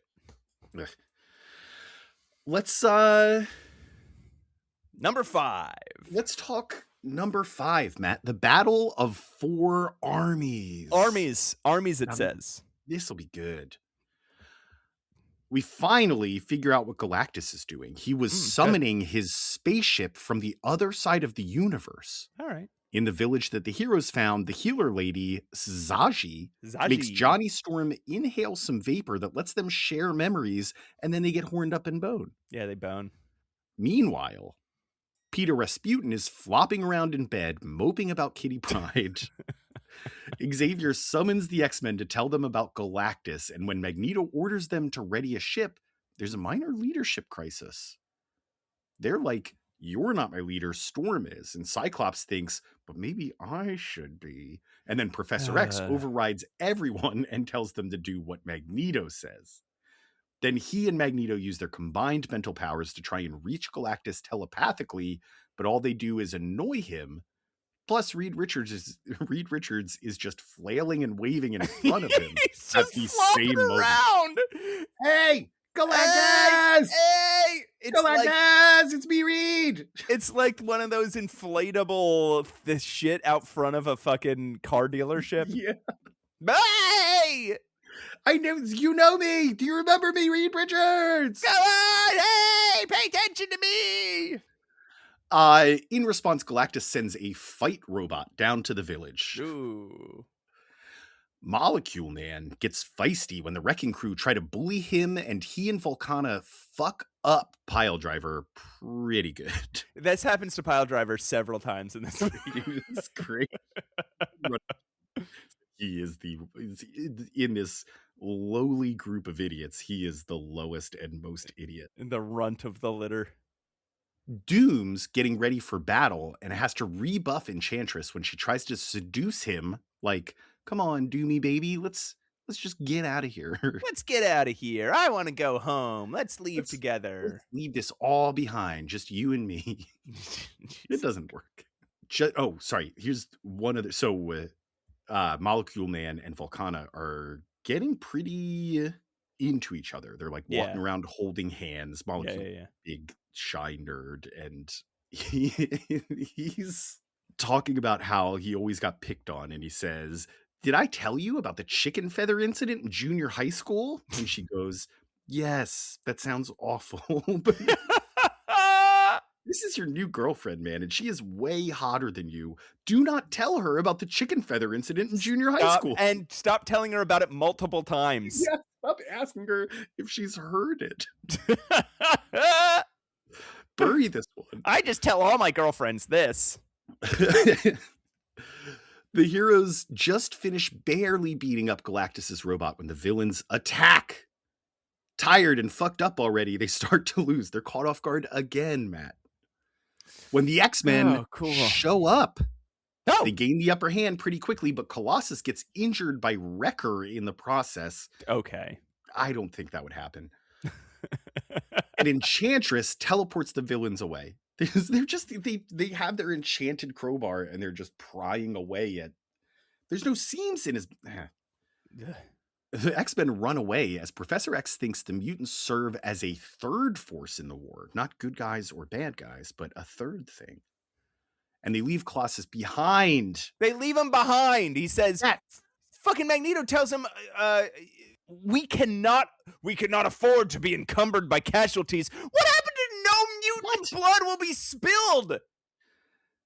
From like 3 issues ago. That's not from outside of this world. He said that in this comic. We know, which we do know, but he said, fucking, you suck, James.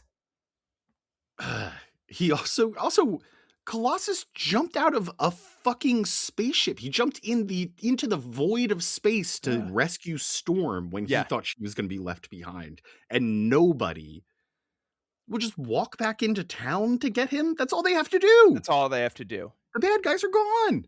It sucks. And what does a third force mean? What does it even fucking... All right, whatever. I think it's true. Did I say this? The human Torch is racist at Colossus, but his new girlfriend Zaji comes and heals him anyway. Okay. Peter is suddenly smitten with the woman and can't think about Kitty Pryde anymore. Instead, he's suddenly super jealous of Johnny Storm. The girl that he was thinking of marrying just a moment ago. He's just like, he forsakes entirely. Forget her. I've never spoken to this woman with cat eyes, and I am so deeply in love with her. I'm not able to speak to her. She doesn't speak a language that I... Yeah. Yeah. And it's And I watched my her kiss Human Torch. Whatever. my immediate thought here is like, oh, maybe this is part of the healing process that they fall in love with her. And They do say that later. sort of. Yeah. It's towards the very end of the comic. Yeah. Somebody remembers that they need to resolve this. So I think that's how they choose to do it. Well, good thing this won't stick with Colossus's character for the next year and deeply affect his relationship with Kitty Pryde in the good comic that we read. Oh yeah, I certainly hope not. Yeah, probably that won't happen. Also, when Storm unleashed some crazy weather on the villains, it caught Galactus's attention for just a second, and Doom snuck aboard his spaceship. He wants to use it to control Galactus and the Beyonder. Oh. Well, we're told his spaceship is the size of a solar system. And I'm going to skip past your issues with the use of that term in general. Yeah.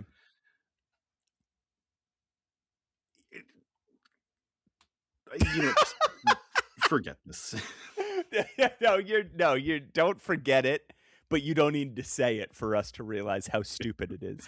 Okay, thank you.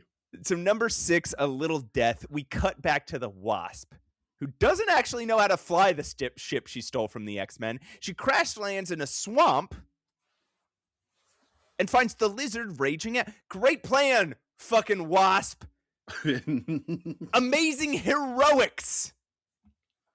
She just flies away. Also, she gets to the swamp because there's like a glow. There's like a glow on the map that she goes, okay. What was the glow?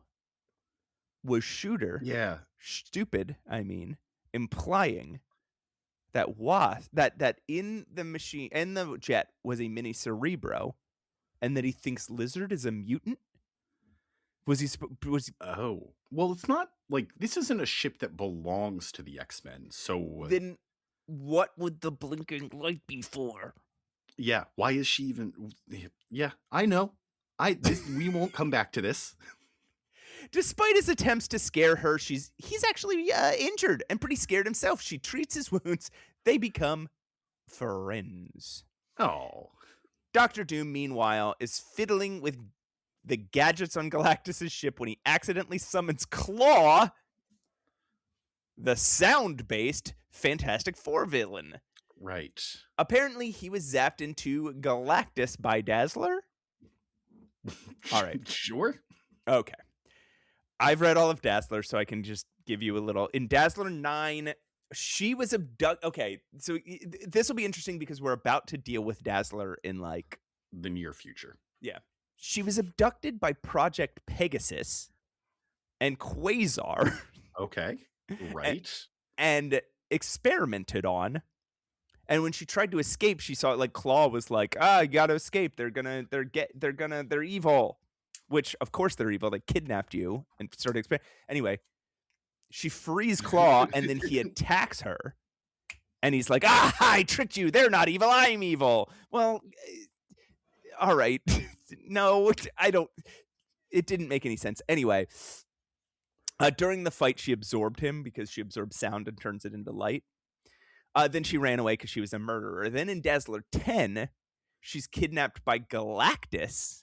See, in these first like 10 to 12 issues of Dazzler, it's just her appearing in or other like in big heroes or villains stories or other big heroes. She's touching like every corner of the Marvel universe, right? Yeah, it's like Squirrel Girl, but yes. 100%, dude. So she's kidnapped by Galactus because now she's supercharged, so she's super powerful, and she's sent into a black hole to get Terrax, his last herald. Yeah. Oh, and she's sent into a black hole because she's so much light, so she can survive it. That's what black hole is. She releases all her super light energy in space, and he sends her back home because she's powerless now. These are Tom DeFalco's final 2 issues of the book. So this is where either he quits or gets fired. So we just spoiled the end of Dazzler? No. Dazzler goes on for another like 30 issues before it's canceled. And Klaw in that first issue in Dazzler 9 was not a weird, sniveling, crazy person. He was like a villainy villain. But in this, he's crazy now. Yes, and Jim Stupid's idea of crazy is just having him repeat the last syllable of the word he said. Yeah, he's like... It's like Johnny Two Times from Goodfellas. Nice to meet you, Doom. Anyway, so get the papers. He agrees to help Doom to try to steal Galactus's power. Xavier manages to enter Enchantress's mind to spy on the bad guys long enough to see Klaw teleport into the bad guy lair and start giving orders on behalf of Doom. He sends Cyclops. He gives orders to Ultron, which you note in our notes here, that he reveals the code word to get Ultron on his side. So why would the other villains not just use that same code word immediately? Right. He comes down. He says, Doom has sent me. They say, we're not going to listen to you. Yeah. How'd you even get here? And he's like, bing, bong, ba-diggy, dog. And the Ultron is like, no, he's right. But now everybody knows it. And there's a villain that has the opportunity in the near future to pretend to give orders on behalf of Doom and doesn't use that tactic, doesn't even think of it. Yeah. Stupid.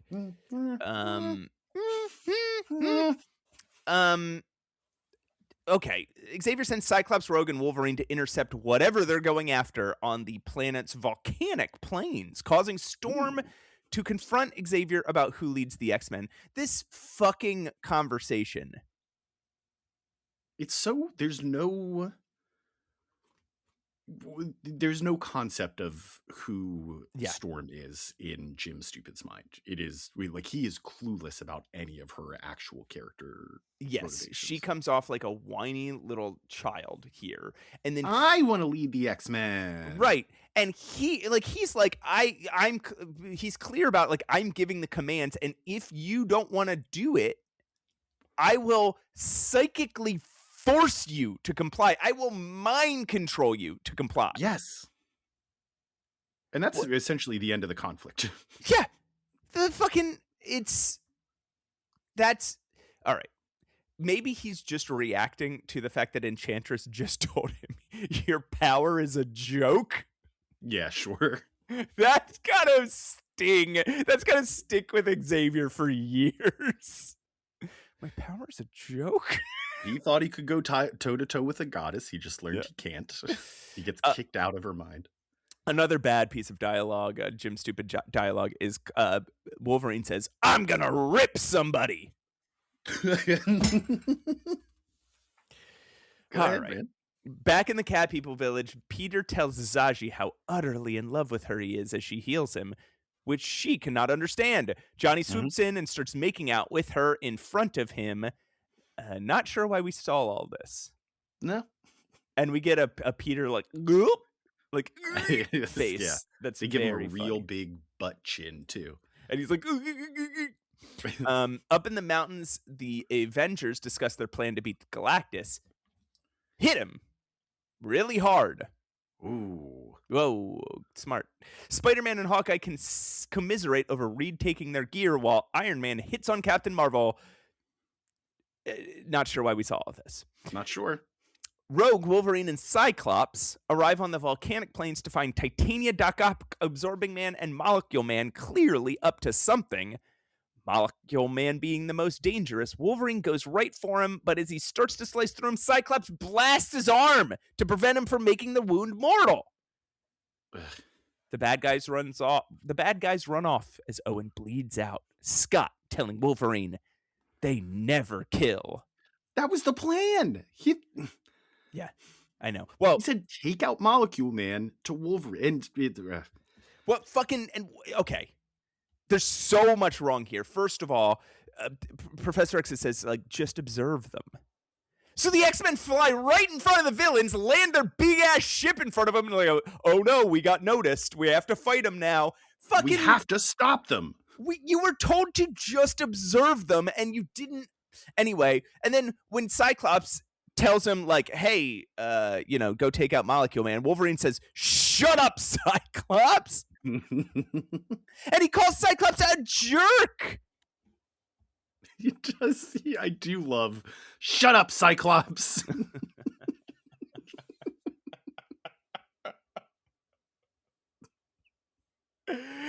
The thesis of this whole issue is quiet, do as I say. And like, this is like, all right.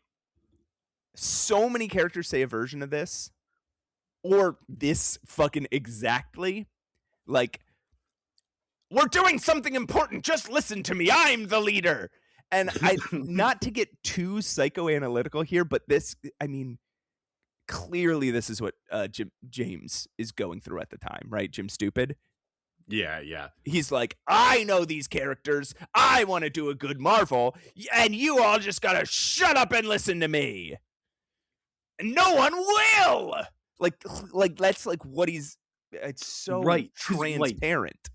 Xavier is supposed to be the morally correct one when he's like, actually, I should be in charge here. Yeah. It's not like an actual leadership struggle. It's Storm whining or Cyclops whining while Xavier says, I'm going to do it right. And then he does it right. And same with Doom. And same with like so many times people are just like, shut up, I'm in charge. And like Cyclops telling it to Wolverine. Like so many people are like, you shut up now, I'm in charge. And it's such a great opportunity to start like changing dynamics on teams. Explore this, like let this sit for a minute, which is exactly what Jim Stupid is telling all his writers to do. Yeah. And he can't do it. He gets to the moment and he says, oh, the best thing here to do for them to do is just resolve it. Yeah. All right. Anyway, all of this is immediately irrelevant as Cyclops figures out why the bad guys were here in the first place and realizes their plan was brilliant. He starts blowing holes into craters, kicking off a chain of volcanic eruptions as the X-Men fly away. He calls himself brilliant and then sets off 100 volcanoes. The wrecking crew of a big truck now. Clearly, this is for toy purposes, right? Yes, this is just a big dump truck that's bright red and has some laser guns on it. Yeah, it's like just for kids to buy a toy that they can. Yeah, anyway, they track down the Wasp and the Lizard in the swamp. They shoot Wasp like in the heart, like through the chest into the heart, in her heart. Dead, like actually dead. She's dead. And they use the truck's stasis ray to kidnap them both. The Avengers, meanwhile, arrive back at the Cat People village so Reed can try chatting with Galactus instead of the whole plan they were making earlier. A mysterious feminine figure watches them from the shadows. Ooh. Oh, boy. Oh, boy, oh, boy, oh, boy, oh, boy. Okay, how are you feeling so far? Besides just angry. Oh, then I don't know. I can't. No, this is bad. So far it feels like it is kind of directionless. It does feel like it's being made up as we go along. There's too many logical leaps for me to be able to ignore. Like typically every comic book gets a few, right? But every issue here has so many inconsistencies in it or things that just wouldn't be possible. And it's clear to me that Jim Stupid doesn't know how to write dialogue. my big highlights here. Right. So we have Galactus doing something mysterious. We have the X-Men just like off on their own, just like playing around, just like doing some weird shit that is nothing like what are they even? What are their plans even? Right. It's just kind of ramble around until we figure out what to do. and the bad guys and good guys similarly, except for they're like, and now we attack each other. Let's attack them. Oh, now let's attack them. No, let's attack them. Magneto is supposed to be his like hero arc, but he like, but that falls apart instantly. Right. Because he wants to kill the Avengers. He wants to kill the Avengers. And I mean, even from Jim Stupid's perspective, he's like, oh, actually, in his own way, Magneto is something of a hero. And then he's like, Wasp. And then he has Wasp say, you're basically Hitler. Well, yeah. You can't have it both ways, fucking Jim. And I'll tell you, this is the halfway mark. It is not going to get better. It shows more promise in these next 6 issues, but it goes back on those promises pretty quick. Well, besides Doctor Doom's whatever Doctor Doom is planning and whatever Galactus is planning, besides those 2 things, none of these other actions are building to anything. And that's what really bugs me. Is like there's not an arc happening. It is just unconnected or barely connected events. It is just and then kind of storytelling. Yes, they will spend half an issue max executing a plan, and then whatever they end up doing as part of that plan is canceled out by whatever comes next. Yeah, there's just like there's an action, there's a consequence. There's an action, there's a consequence. There's not like nobody's building towards anything. There's no this isn't why are we watching this? And what is the purpose of this story? It's not like a smart consequence. It's not a dramatic consequence. There's no irony to what they're doing. It's not a consequence that's led by or that's a result of the last few actions they took. It is directly like the very last thing you did. This man is stronger than me. Yes. Oh, but now he's not stronger than me. Oh my God. All right. Okay. So let's just do a sprint. Like we're still gonna make our jokes and our notes and all that shit, but we're not gonna pause between issues. We're just gonna fucking roll. Let's burn through a couple here. We've been through enough. Number 7. See Marvel's Superhero Secret Wars number 7. Berserker. The new Spider-Woman is just here now. I'm Spider-Woman. Matt, those are her first 2 lines in the comic. I think across the first like 3 or 4 pages that she's in, she says, I'm Spider-Woman. And then she says, hi, I'm Spider-Woman. Yeah. And she has to because this is her debut. Mm-hmm. This is the mysterious woman lurking in the shadows from last issue. She's here now, and she's never existed before. She is just another Spider-Man, but girl. And it was just, we need a character to sell a toy of. And there's already a Spider-Woman. Yes. Look, she was in Denver. She was. Okay. Where Volcana and Titania lived. Some story out of this. There was a small suburb of Denver, about 1 square mile of a small suburb of Denver where was Spider-Woman also used to compile this planet galaxies away from Earth. And 3 women lived. 2 always wanted to be supervillains, and 1 was Spider-Woman. Was already Spider-Woman. So this is, if you haven't guessed, the 3rd character that they produced for Mattel when Mattel was like, this sounds great, but we could use more toys. Yes. Yeah. So I mean, it's not People a bad marketing already idea, have right? a Wasp toy. Just make a second Spider-Man. I know. And then also the Wrecking Crew shows up in their big tank and throw Wasp's corpse out into the hero village. That's pretty grim. That's cold. They just stomp through in their dump truck and toss a dead body out on their way. Yeah.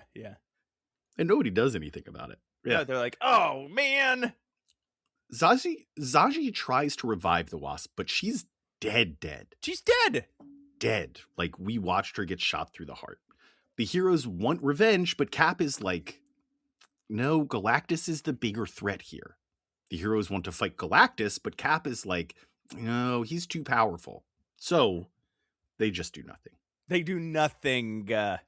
It's not true. They don't do exactly nothing. They spend a lot of time talking about how smart and capable of a leader Captain America is. Okay, we watched Wasp get shot through the heart, pulled into a car, driven for who knows how long, then thrown out of that car and flop limply on the ground. So even if she was still even a little bit alive at that point, probably broke her neck or her back. Yeah.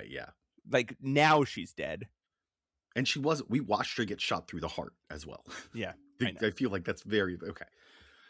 If you can't see where we're going with this, then you soon will. Meanwhile, the X-Men are going to capture the big volcano task force. Meanwhile, the X-Men are going to capture the volcano task force in a pincher maneuver. Molecule Man is dying, and Volcana sees this on a big screen, so she makes a deal with Enchantress to teleport her onto the volcano team's ship. She gets there just as the X-Men attack. They have a fight, and the bad guys get away, and basically nothing important happens. All right, so nothing's happened so far this issue. Yeah, so they went to intercept it. They did, but then the bad guys escaped. We're back to... Okay. Where we were before this issue started. There's one thing that keeps happening here. Enchantress does it in this case. She calls Volcana fat a few times as she's like making her deal with her. She's like, I can't teleport you. You're too fat. When the Wrecking Crew was bullying Molecule Man, they were calling her a cow. They were calling her like huge. And she's not. No, she's in... When she's not in volcano form, she is just in a one-piece swimming suit. She's curvy. She's got hips and breasts, but like she is very fit. She's muscular. She's cut. And there's no one saying anything to the opposite. There's no one challenging everyone calling her fat. This is Jim Stupid saying, this is what I think is a fat person, which is just a woman with large breasts. Right. And he's like, we shouldn't be mean to fat people like all these guys, like all these villains are. But this person. But just fat. So you know, this person is fat. She is fat, but it's pretty disgusting. It's but you bad shouldn't be mean about it. It's bad to be mean to her. Don't say it. But she is. But guys, she is fat. But she's a fucking cow. Ugh. Galactus is distracted for a moment by the volcanoes and also noticing Dr. Doom and kicking him out of his Galactus ship. When Doom gets home, he's sad and gives up. Oh, yeah, exactly. Yeah. Oh, great. Cyclops, you really did a great job there setting off those volcanoes. It kind of almost alerted Galactus. It almost stopped him for 4 seconds. I think the best justification we get here is that when the volcanoes are going off, the planet is less pleasant to eat. Yes. So we slow Galactus down. He doesn't start eating the planet just yet. He's like, this will give me heartburn. Exactly. I gotta go take my pill. Like both me and you did right before we started this recording. Right. Because we were both about to drink drinks. We were like, the bubbles are gonna give me. I'm about to drink anything that's not water. This will give me indigestion. I sympathize with Galactus. I'm on his side.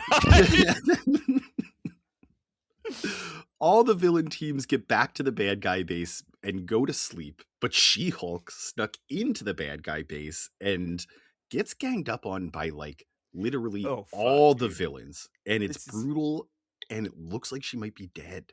This looks really bad. Like it is uncomfortable. I'm sure this has been written about in the way that this is the sort of violence that only happens to women in comic books. She's on the ground with a bunch of people pounding on her. Yeah.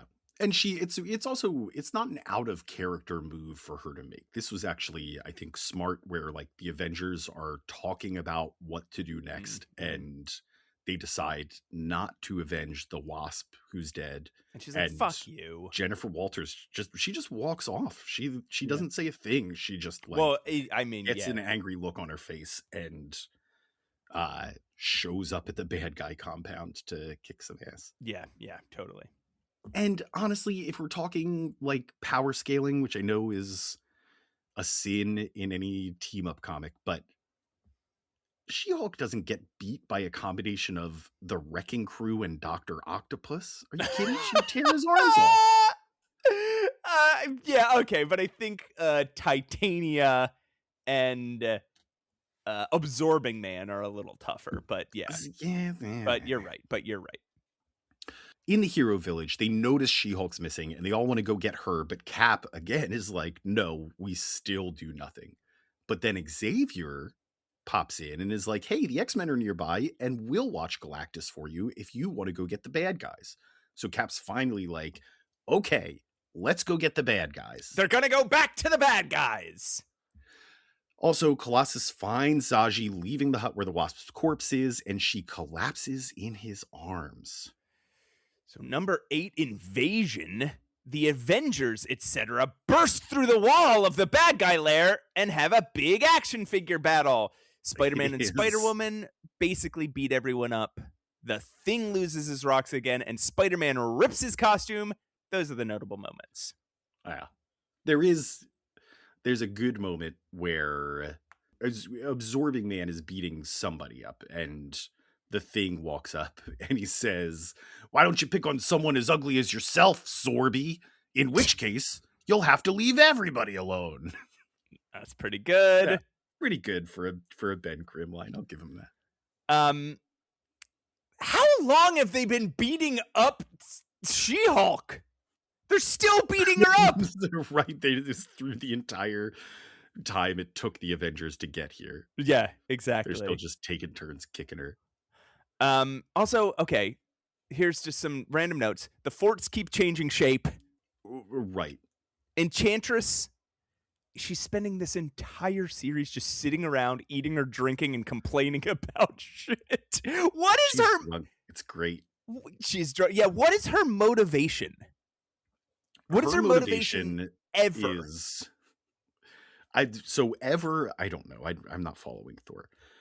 Her motivation here is to marry Thor.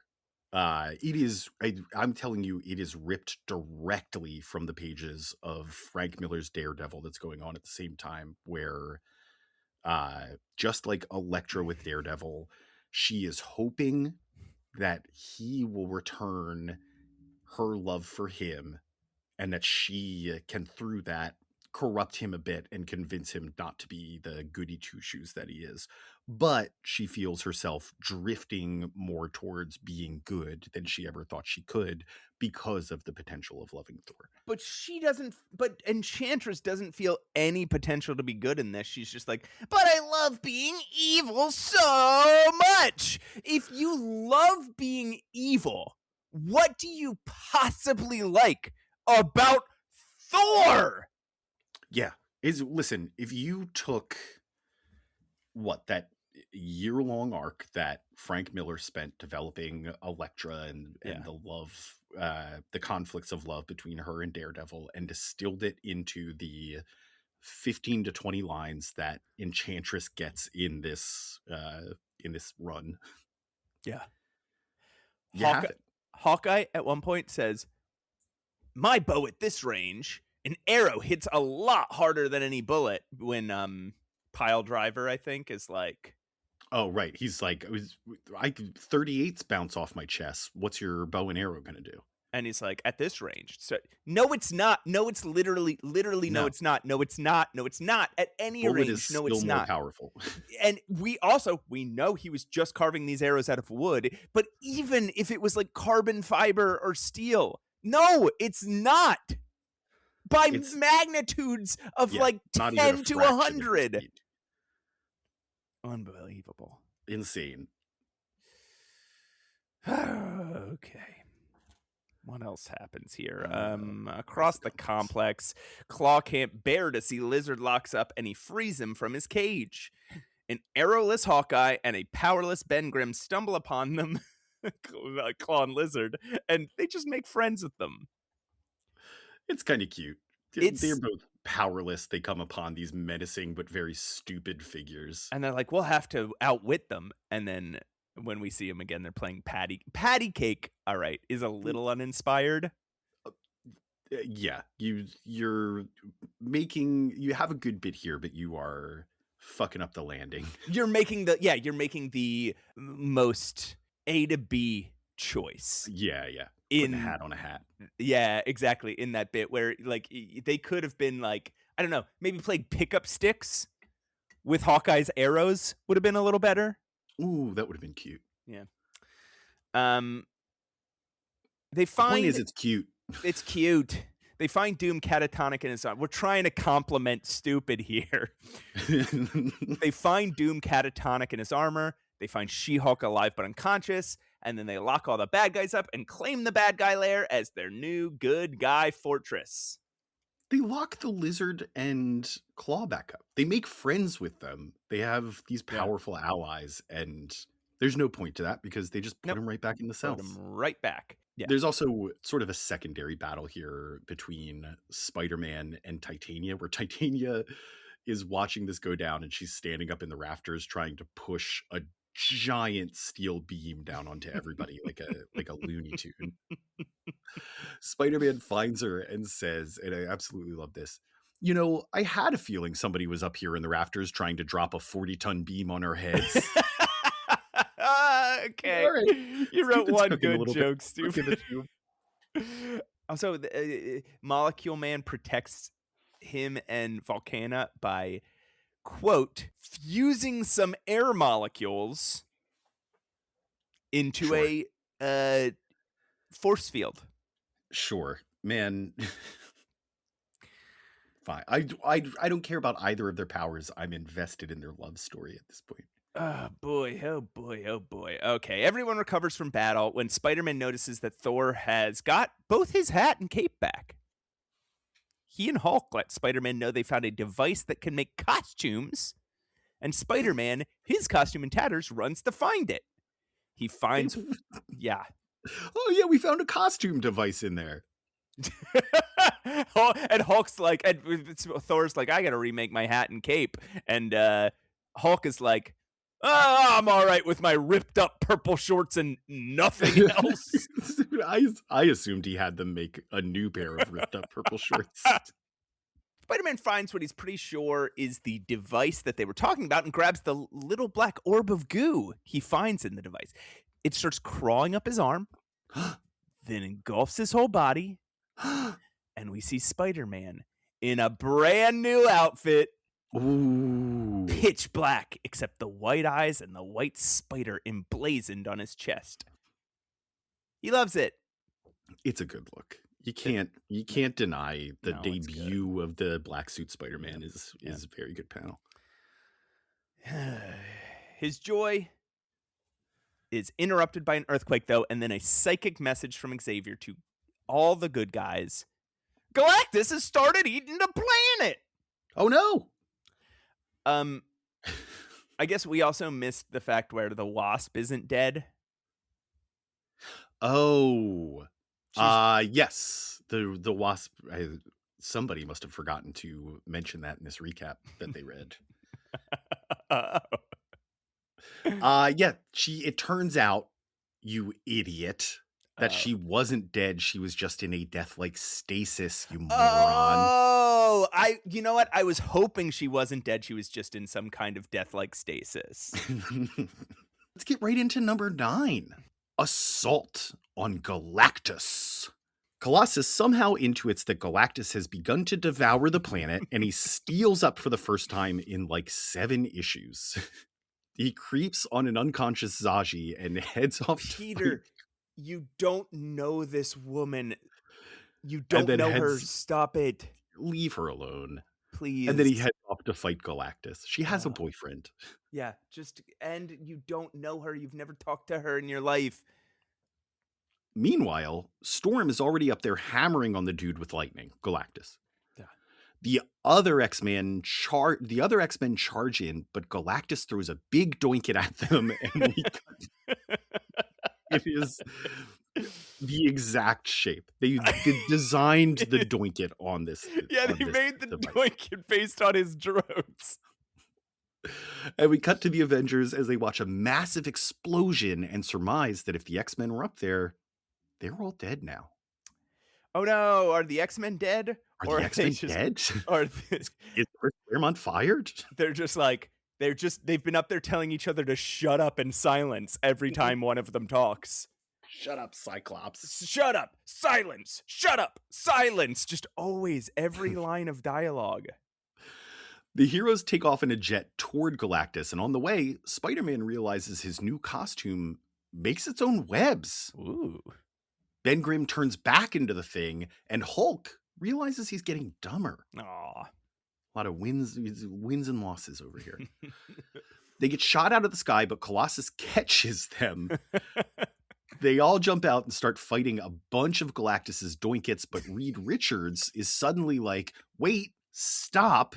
If Galactus kills all of us by eating the planet, he wins, and the Beyonder will cure his hunger. We'll save countless lives by letting ourselves die. It's actually a very Reed Richards moment here. I will say, the opening of this, where the X-Men are charging Galactus's fortress and fighting off like Doink-Its, classic X-Men, including these wacky gadgets that they have to fight. And then Moses Magnum might have thrown Doink-Its at them. It's exactly. And then Reed Richards being like, hey, everybody stop fighting. I have a solution that, number one, doesn't involve violence, and number two, involves us all sacrificing ourselves, but saving countless lives across the universe. It is an interesting thought. Yeah. Like, what if we just let ourselves lose and then we save the universe from Galactus? It's a right, by healing Galactus too, not by killing Galactus, which it's extremely Reed Richards. It's very Fantastic Four. This issue has promise. Okay, it's gonna be great. Then Galactus's planet-eating machine, and the entire top of the mountain all disappear. Galactus wants to talk to Reed, apparently. Back at the base, Doom escapes like it's nothing and frees Klaw. The last issue was pointless. Yeah. At the mountain, Colossus digs the X-Men out of the rock. They're fine. This already happened a few issues ago to the Avengers. We knew. Yeah, we did this already. The first few pages were pointless. Everyone goes back to the village. Zaji is awake, but she runs to Johnny Storm instead of Colossus. Yeah, that's her boyfriend. Reed pops back into the village, and apparently Galactus told him Reed was a champion of life, while Galactus was an instrument of death. Okay. This is where it falls off the rails. Number one, you're telling me I don't get to watch Galactus and Reed Richards have this conversation about the philosophy of life? This is what I read comics for. Yeah. And he comes back and he's like, actually, I don't even know what that means. What did he mean when he said, I'm a champion of life and he's an instrument of death? I should have asked. Maybe it meant attack him. Maybe it meant don't attack him. Yeah. Jesus Christ. So the Fantastic Three aren't going to fight, but everyone else is, including the X-Men after Captain America shakes Professor X's hand. Okay. It's a big moment. They were, I guess they were fighting. Yeah. Galactus has stopped throwing Doink-Its and is fighting himself. He must be running low on power. Then the Fantastic Three join again. The past 10 pages were pointless. We're all just fighting Galactus again. They trash the machine, but let Galactus flee to his ship. Reed tells them that this means the heroes lost. Galactus never actually needed the machine to eat the planet. The past 5 issues were pointless. He's going to go eat his own ship for power and then eat the planet. I'm going to eat my own ship. I don't need your stupid planet. Anyway, Dr. Doom had been chopping up Claw into slices, like like butter thin slices, and he Yeah. has a plan to steal all of Galactus's energy. Number Mm. 10, Death to the Beyonder. Galactus starts eating his own ship. And the good guys all watch as he starts absorbing energy before it redirects and all shoots back to one point on the planet. Captain Marvel follows the energy trail to the bad guy lair to find Doom absorbing all the energy through a device he built out of a bunch of tiny slices of Claw. She transmits all of this psychically back to the good guys as they observe. Doom reckons with his new power, learning that he's powerful now beyond comprehension. The first thing he does when he gets godlike powers, before he gets control of them, when it's still just his subconscious, when it's still just his subconscious sort of taking over and doing, like, just creating his greatest desires, he just makes the room look like himself. Just all the walls turn into his face. All the walls turn into it. Exactly. And the floor and this, it's just like, yes, this rules. Fuck yeah, man. He takes a few minutes to rein it in, and being all powerful, detects Captain Marvel's spying presence. Her mental connection to the good guys is suddenly cut off. Uh-oh. So they spring into action. Magneto flies them all towards the bad guy lair in a dead spaceship while Wolverine and Captain America argue about mutant issues. Wolverine says to Captain America, he's just talking about, like, you don't know how hard it is to be a mutant. He says, it's a lot like how the Nazis went after the Jews. Yeah, it's, why spend years carefully weaving this theme into your work about this very character when you can just have Wolverine straight up say it in one panel? Do you think Jim Stupid was like thought he invented that? He was like, I've been reading this comic and I had a thought. I think he read God Loves Man Kills and was like, oh my God, this has nobody mentioned this before? This makes me think of something. He also, Captain America refers to Magneto as a terrorist. Wolverine says, terrorists? That's what the big army calls the little army. Yeah, it is like fucking A, man. Yeah, that's smart. Yeah. That's true, and that's real, and that is something that people still don't seem to fucking understand in... Anyway. Yeah. Doom, meanwhile, ponders his next step with all his new power. He sets off to kill the Beyonder. The good guys arrive just moments later, and Claw's head catches them up on what they've missed. This is so not Claw. Yes. But I'm starting to like this character. Yeah. Once he's a disembodied head because the rest of his body has been sliced up and turned into a device. And he didn't even care. And he was like, oh, yeah, you cut my body up. Yeah. This is interrupted by another earthquake as Doom takes his opening shots at the Beyonder. The good guys watching on a monitor as the base falls apart around them. Colossus also checks in on the cat people who are in danger from the earthquakes. He nobly opts to tell Johnny, since Zaji would want to be rescued by him. But Johnny says, I've got no time for Chippies right now. What a jerk. Well, you don't have to get that reductive about it, dude. Wait, but I'm confused. He wasn't offering him Chippies. He was telling him about a woman. I mean, I've said this. There's no time for eating Chippies. I've said this to you before when we were like in the middle of, we were arguing about some comedy show we were putting on. And we had a difference of opinion. And you were like, just eat some potato chips. And I said, this is no time for Chippies. Doom gets absolutely wrecked by the Beyonder, so he sends an energy form of himself directly to all the good guys, asking them to lend their power. Yeah, because he's about to beat the big bad guy that kidnapped them all and is like fucking, yeah. And he makes this very clear. He says, I am beyond your petty squabbles with all my power. I'm essentially a god. If you help me, we can defeat the Beyonder, restore everything to normal. Right. Yeah. All I need But is because one of you to help me. because Jim Stupid is stupid, Mm. he also has Doom end this little monologue by saying something like,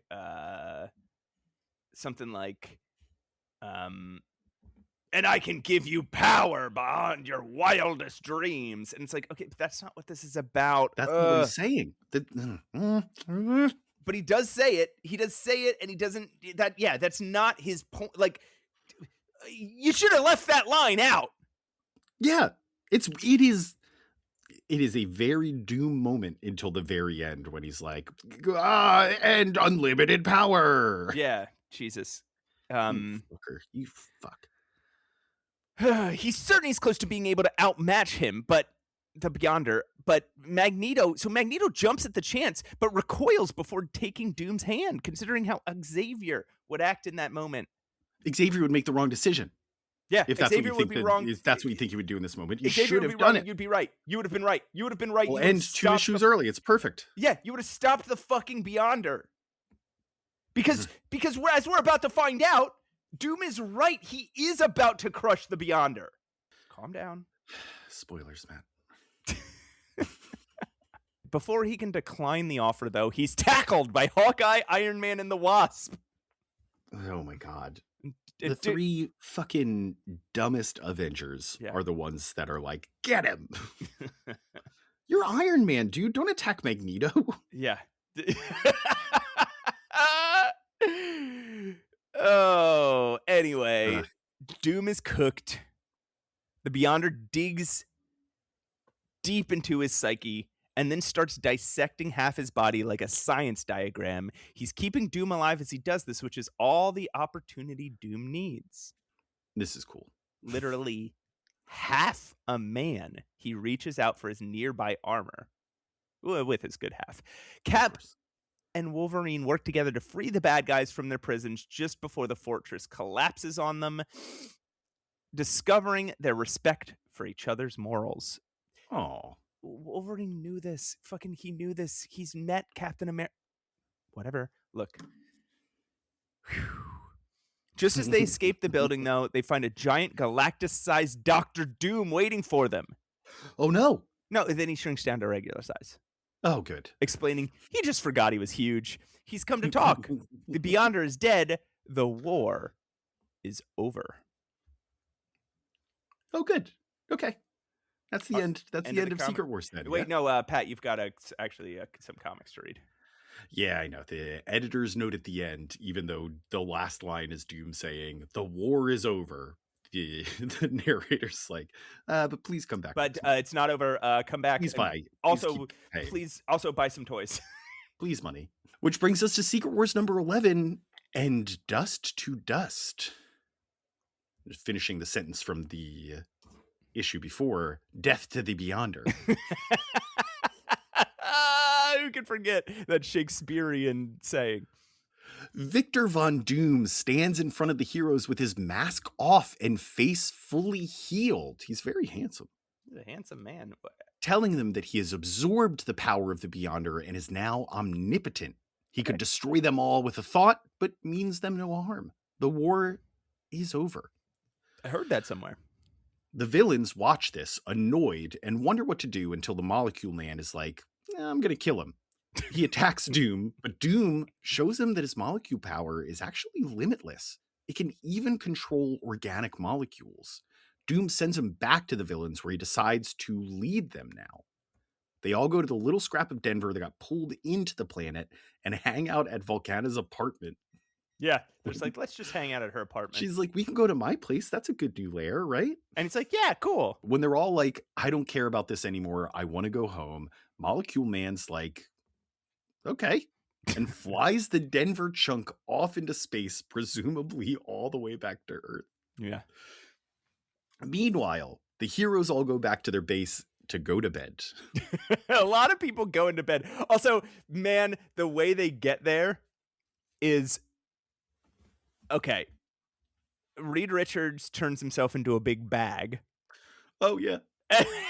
and and Iron Man flies it with all the heroes in it like they're carting action figures in a sack. Right, In a yeah, you no. stuff them in your grocery bag to get them from the house to the car so you Or can play while your parents drive to the grocery store. you take your blankie and you turn it into a bindle Yeah, and you yeah. put your action figures in it. Colossus takes off on a little sky sled to go see Zaji. That's just what I called it, but yeah. It is a space jet ski. A flying jet ski. And he's just like a big buff man, like, "Arr, I'm going." He sneaks into her room in the middle of the night while she's sleeping. Dude, you don't wakes know her up her. and gives her flowers. You don't know this fucking woman. You wouldn't think this would work. If it was anybody but Jim Stupid, this would probably be an easy rejection. Then again, remember when Colossus fucked all those ladies in the Savage Land? Well, yeah, but that was he didn't. And like, for all we know, he didn't sneak up on them in the middle of the night. Yeah, that's true. I imagine he's irresistible to women. Plus, that is not something we projected on it. A little spoiler alert. We definitely 100% know he fucked those ladies. Yeah. Also, he brought flowers. He did bring flowers. That's charming. He's charming. Back in the base, some energy takes control of the Hulk and then Spider-Woman, and she witnesses Doom restore Captain Marvel, reclaim Klaw, and leave a message for the heroes to meet him at the Tower of Doom tomorrow. I had to rewrite this because I had trouble figuring this out. Because this little piece of energy we hear comes from Doom's tower, and at the same time we know Doom is sneaking in to leave this message. Yes, so this little burst of energy popping from head to head is not Dr. Doom, even though it would feel obvious, like the obvious assumption to make. Yeah. By the way, there is a Tower of Doom now. Yeah. It is a giant golden rock structure. And Hulk and Spider-Woman don't remember being possessed. Oh. The X-Men notice that Colossus is missing, and Wolverine thinks Peter's whole obsession is a side effect of Zaji's healing powers. So this is what you said, and I had never thought of that, but that's, interesting. Yeah, and it's interesting because... and Wolverine says this out loud. It's not just that her healing process makes you fall in love with her. Her returning that love appears to be part of the healing process as well. Yeah, right. Like you need care. You don't just need literal healing. You also need emotional care. And as Wolverine says, sex. He's like, and sex. And yeah, lots of sex. As Wolverine says, this is an alien world. What does love even mean to Zaji? It's not like she's being evil or being manipulative. Love might mean something different to her than it means in our culture, which is a really smart thing to say. This is like the only time that he writes Wolverine well in this entire series. Yes, he's got the instincts to suss out a honeypot. He says, I can understand a man following his heart, going with what feels right. There's no honor lost in that. But can he see it's just a side effect of, he's just fucking... And it's Nightcrawler who comes to him to talk about this. That, even though Nightcrawler's dialogue is not very Nightcrawlery, it's still that is the right dynamic. It's such he's so close. Kurt and Logan chats are usually so... enjoyable, but in this run it's always just like, hey, why is this happening? Oh, here's why. Yeah, that's all Nightcrawler does this whole, besides when he's misspeaking German, he is just asking about stuff. Yeah, there's barely a Kurt report in this one. No. Anyway, they all go to Doom Tower, and Doom tells them that since he's been reborn, he wants to fix everything he's done wrong. He restores Kang to life and sends him home to show he means it. This is not the most helpful first action you can take. I saved your one of your biggest supervillains, and I sent him home. I sent him back to Earth, where you live. He can't fuck with the time stream, so he'll only fix what he's done the past few days and grant the heroes a wish. Mr. Fantastic is confident he can get the heroes home himself, apparently, which he Ooh. hasn't revealed up until now. Yeah, and how does he know that? Whatever. So they decline Doom's offer entirely, but when they leave, Spider-Woman is missing. So Cap goes back in after her. He finds Doom just chilling, while elsewhere, Spider-Woman captures Klaw, and the little possession energy jumps into him. Ooh. Doom tells Cap he's transcended all human desire, and so even though he's omnipotent, he doesn't want to harm anyone or rule anything. All he wants to do is reclaim his mother's soul from Mephisto and then continue to chill. There's some cool stuff here. Captain America clearly makes some observations about Doom in this conversation, and Yeah. doesn't say it.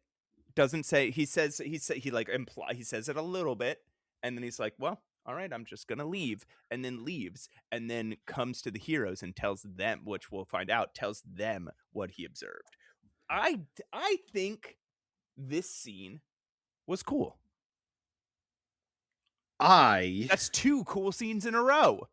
Hate to disagree with you, Matt, but I was sure let me say this. I don't disagree with you, Matt, but Okay. I was sure this is where Doom would recount to Captain America how he defeated the Beyonder, and we would get to see that moment finally. No, We you do don't not. get to see good We don't stuff. we don't ever see that moment. We don't ever see that. We don't Not see, ever. We don't see Mr. Fantastic talking to Galactus. We don't see. There's a lot we don't see. We don't see Galactus being revived. We hear about it in a line of dialogue from Dr. Right. He's like, "Oh, Galactus was revived, so I don't have to do anything there. Nova did it." Soon, the heroes, including Colossus, fresh returned from boning Zaji, Okay, gather at a big did it. table. All Again, right. confirmed. They boned. Also, Well, confirmed. is this one confirmed? I mean, the Yeah, well, he's nude. They're both nude when he gets the call from. Except, here's what we also confirm: Colossus leaves the boots on. He removed everything else. Yeah. But he's wearing his boots. Those big knee highs. Okay, yeah.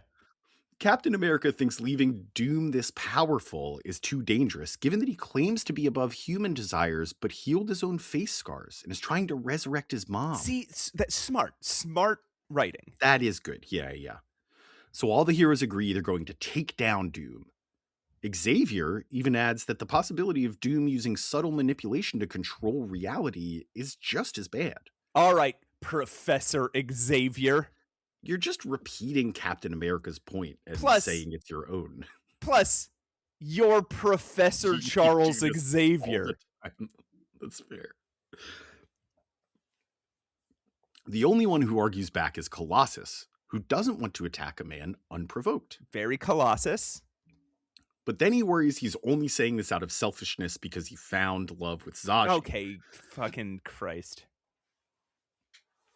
Captain America reminds him of the danger and tells him that the vote has to be unanimous. If Colossus doesn't want to fight, they won't fight. But Peter finally relents.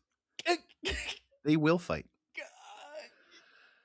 Then, in the funniest page turn reveal in history, the entire hero base explodes, killing everyone. Oh, this was a good issue. This was good. The one good issue in the whole series. I will give that last moment is a slap in the face. Oh my God. Of dramatic irony, where the moment before you turn the page, Captain America is like, boy, I hope we're making the right decision. If we're not, maybe a bolt of energy will strike us down out of the blue. And then you turn the page after Colossus votes, and exactly that happens. It's so funny because he's like, they're just talking, And the conversation goes on for a while, and everyone kind of weighs in, and some people have different thoughts. Even there's a scene, there's a moment, people are nervous, like Nightcrawler's gripping his own tail while he says yes. Yeah. And they're even like, oh, Doom could be listening in on us right now. Yes. And they're like, look, the universe is in our hands, but we could walk away. We could walk away right now, and that's fine. If any one of you doesn't want to do this, I am okay. And it's very calm, it's very measured, and Peter starts crying, and he's like, I don't know if I'm just being selfish. And Captain America says, only you know that, son. And Colossus says, meaning, doesn't matter if you're being selfish or not. If you say no, none of us will fight. Yeah, we all say no. And like, Peter's there's like, no wrong decision you can make here. Peter's like, forgive me, Zaji. I say yes. We fight. Boom! Boom! Very good. Okay. Took us 11 issues. Oh, we got to the good issue of Secret Wars. And the next issue won't be good. So it is just, there's one good. Yeah. Well, let's not waste number 12, any more time than we have to. ... Nothing to fear, which finishes the sentence from number 11, and dust to dust. Literally every good guy is dead. Fully, literally dead. Doom looks over what he's done with Klaw. Killing them was necessary. But it reminds him of how much power he has and how dangerous that might be. Klaw, more lucid than we've seen him to this point, encourages him to relax a little, and then questions if Doom's sure he killed them all. Of course he did. Millions of miles away, though. Little interlude. The suburb of Denver floats through space while the bad guys hang out in Volcana's apartment. Enchantress draws a bath and summons a water elemental who fills us in on the Beyonder's details. He was god of his realm, fully content. Then some event ripped a hole from his realm into ours. Okay, guys, listen up. This is where the metaphor of this being Jim Shooter. Who?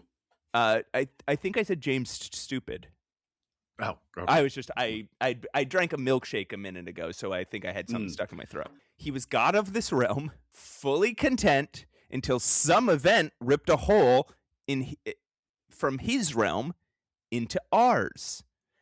You know, as if an editor-in-chief maybe finally picked up the comics and read them.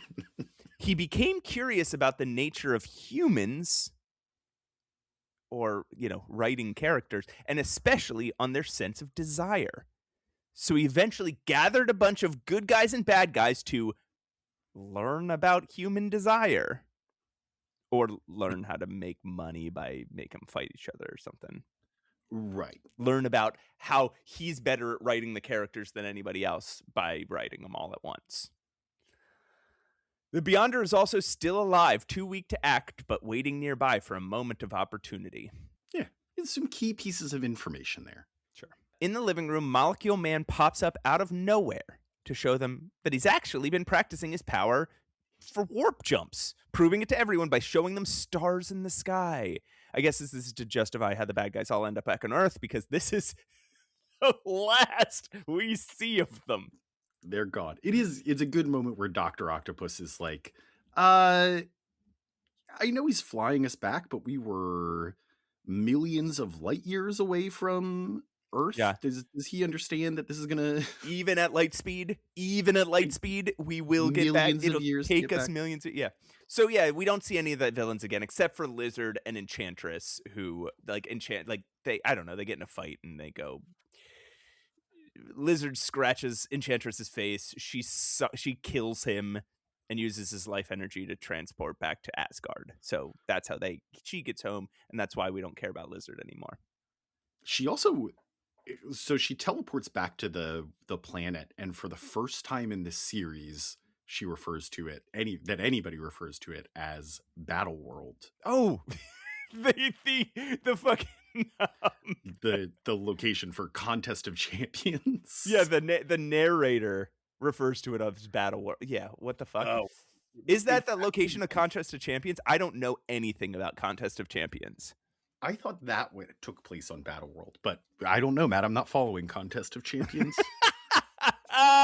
You don't have to write in to correct us. We're not following Contest of Champions. Doom dozes while Klaw, eyes crackling with power, creeps up on him. There's the smart thing where Doom keeps being like, I don't sleep anymore. I'm all powerful. And then he keeps falling asleep. Right. There's also some smart writing in this issue. I don't think this issue is ultimately good, but there's some smart writing in it. The Doom stuff is good. And that's the thing is Jim's stupid. If there's one character he understands in this whole thing, it's Dr. Doom. And it took him like 3 issues, but at 3 issues in, he started to understand Doom. Suddenly, Doom wakes up, chiding Klaw for letting him almost fall asleep, he says. He could lose control of his powers if he sleeps, allowing his subconscious whims to reshape reality. He said, we run into the flick problem here again, where he says, a casual fuck of my little finger might blacken a star system.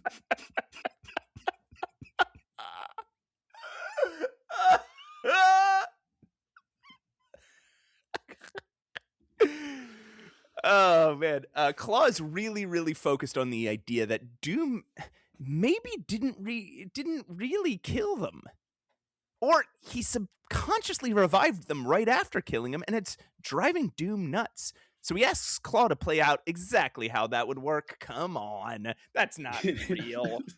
Klaw, like, okay, let's get this out of the way. Show me your stupid idea.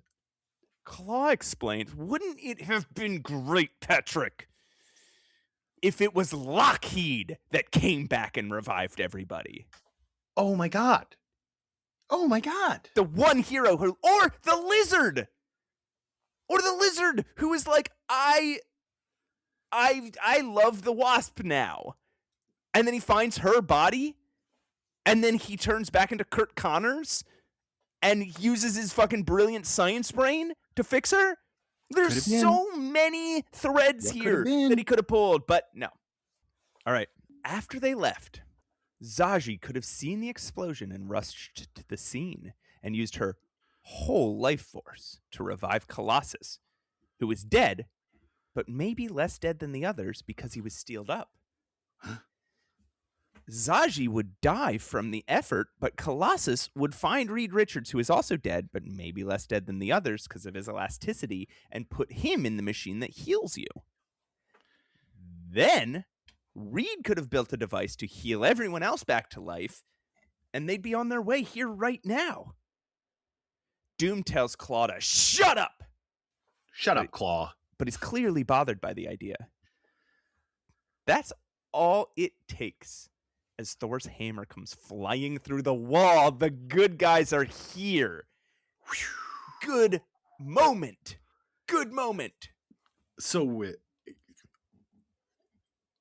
yes. Except for we don't know what actually happened. Good we'll moment. Never know. We could use in a rare event through this series, we could use just a little more exposition here, I think, because what I'm pretty sure happened. Well, sorry, actually, let me not get into it. But it is not clear. It is not made clear to us, and we can theorize about this in a minute once a few twists happen. But it is not clear how the heroes arrived back here. Last time we saw them, they were all very dead. Doom tries to power up, but loses control of the power quickly. He's too rattled by all this and almost destroys the whole universe. Klaw knows how to fix the situation. Doom can just transfer a small fraction of his godly power to Klaw to fight the good guys for him. He does exactly that. Klaw goes outside and creates a bunch of... Why does this next part happen at all? I guess just to keep up the illusion. But why does he need to keep up the illusion at this point? To stall for time. Okay.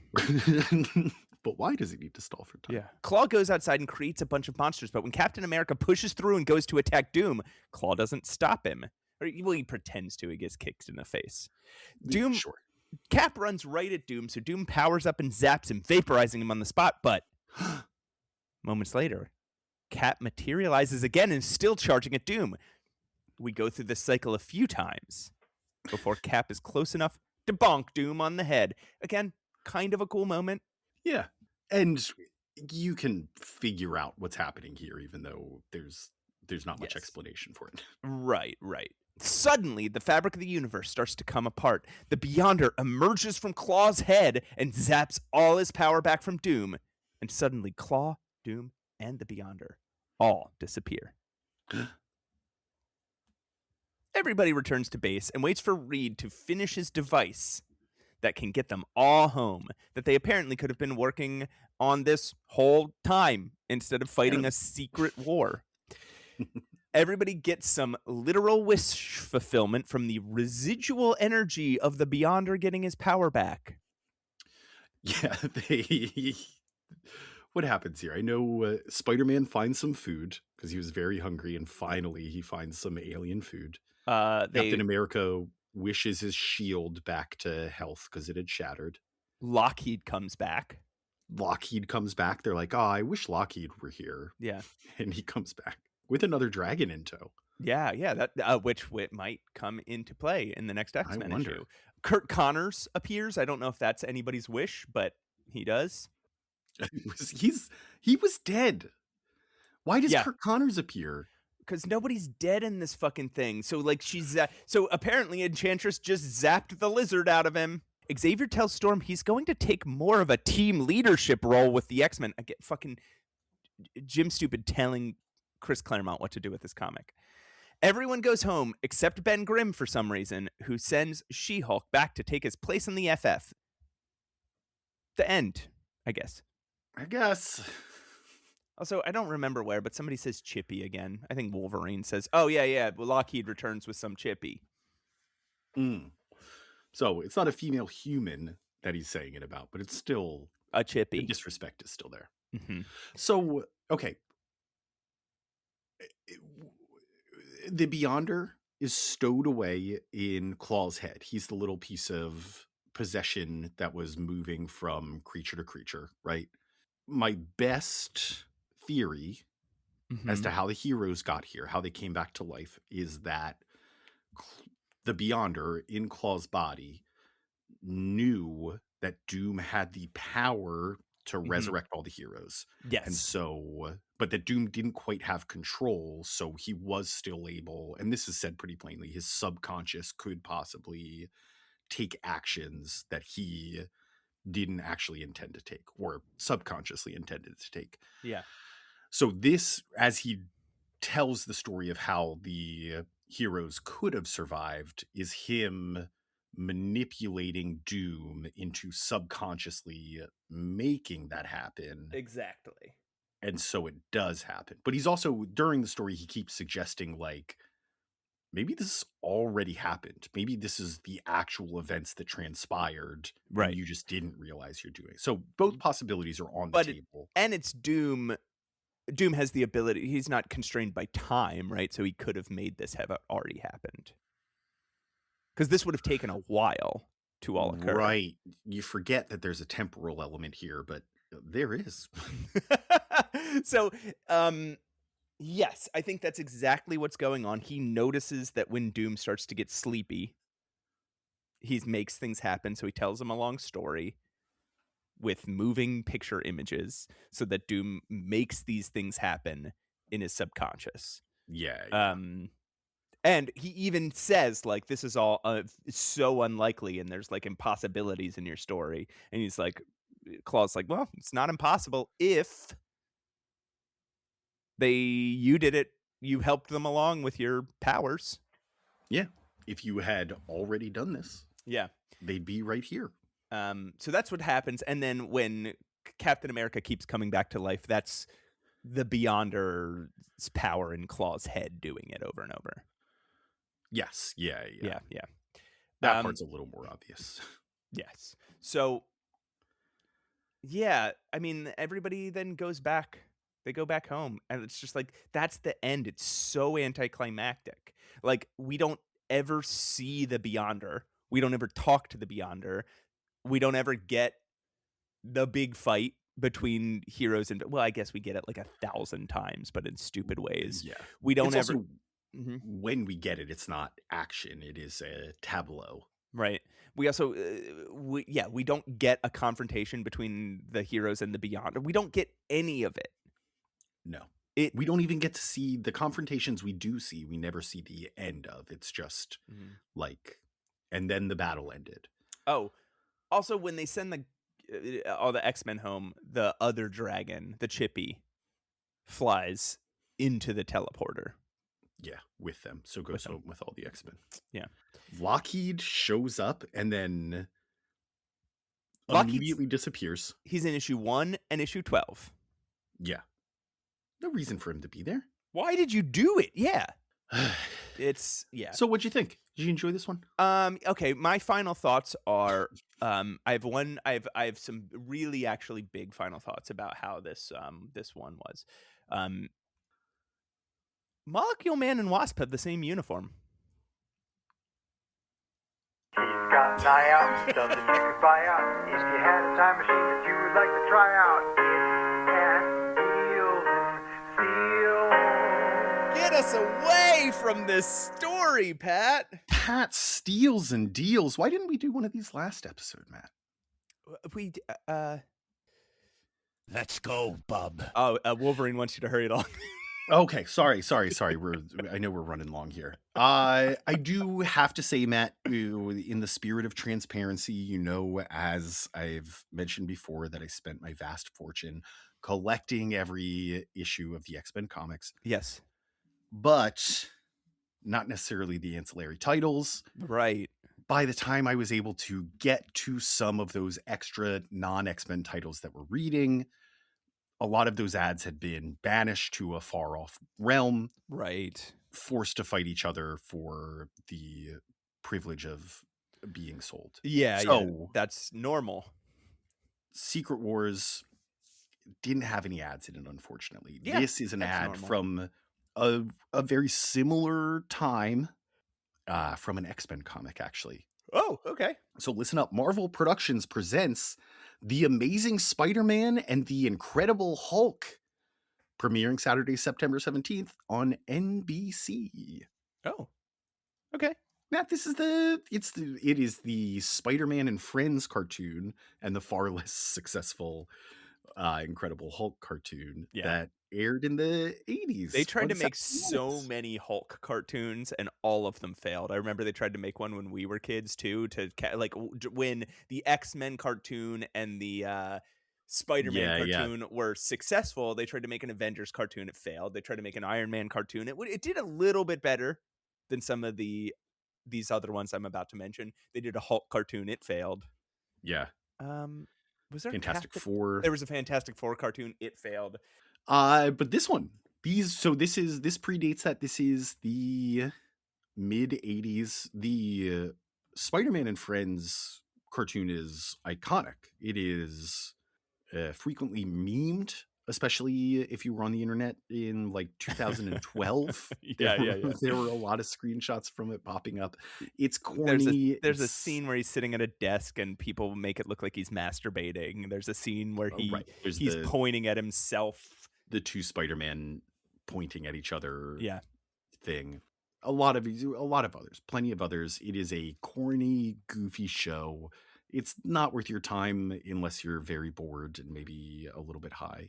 But hey, that's me all the time. So, well, Spider-Man teams up in this show. Like his two best friends are Iceman, which is interesting because Iceman isn't really in the X-Men at this moment. Right. And also when we've seen the two of them meet, it has been contentious. Yes. Number 2, Firestar. Because of the rights, there were legal rights with the Human Torch character. Right. CBS owns the rights to the Human Torch's television production. Yeah. So they created a girl named Firestar who, I wonder if we're just ever going to meet her. No, if she was just made up for a cartoon. We probably won't meet her at any Yeah, time, yeah. anytime ever. So how much does this cost? Nothing. It's the cost of a TV antenna in 1984, Matt. What was the cost of the TV antenna in 1984, Pat? Well, you probably already had one. Oh, I thought you were setting it up. Oh, no. I don't know, man. I'm not following 1984. I don't know. I'm not following George Orwell. Well, that is an interesting Pat Steals and Deals. This is when it happens. This is when Saturday morning cartoons finally get some superheroes. He's got an eye out, stuff that you could buy out. If you had a time machine that you would like to try out, it's Pat Steals and Steals.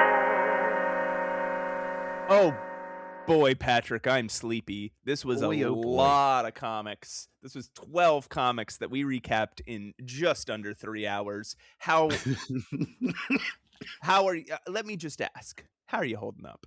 I'm doing okay. I feel bad that we have another long episode coming out, but it was worth it. Do you think our listeners enjoyed it? I think they enjoyed us. I hope that nobody enjoyed Secret Wars. That is my sincere hope for everyone that reads it. If they enjoyed us, what are some things they can do to show it? Oh, man. Matt, they can follow us on Instagram at Mutant Menace Pod. They can they can subscribe, they can comment, they can rate or review us wherever possible. It doesn't matter where, just do it somewhere. Just do it somewhere. It'll increase the visibility, and then people who don't know about this but would like it might see it, and then they can decide for themselves. You're not forcing it on anybody. Yeah, you're not the boss of them. Yeah, you're just leading them to water. Lead them to water. Let them drink. You can also join our die of thirst. Patreon. We do have a free tier. We also have a paid tier. We also have a promise out there right now that if we reach $100 for a full cycle, we will drink Pilk ourselves. If we reach $150 for a cycle, we will drink, what was it? Pepsi, which is Pepsi. buffalo sauce in Pepsi. If we reach $500 for 3 consecutive cycles, people have been making sure we'll hold up our end on this, Matt. We will That's so funny. Bilk, buffalo sauce in milk. It will also qualify us for Pepsi and Pilk, which means we might as well at that point just see what it tastes like when we drink Bepsilk. Yeah, we should drink Bepsilk. We said we would do that for $500. $500 for 3 consecutive months. But if we do $500, that also triggers something that is like a long-standing thing, which is that we will do a second podcast that you guys, a second monthly podcast that you guys will be able to vote on. But if you join the Patreon now, for any amount of money, for free, you get to see our reading lists and get to keep up with us. But for any amount of money, you get outtakes, you get Puffy Faffin with Matt and Pat, which is just our goof around bullshit 15-minute podcast that we release when we feel like it. And you might get some other cool stuff. So also, one more note on the Patreon.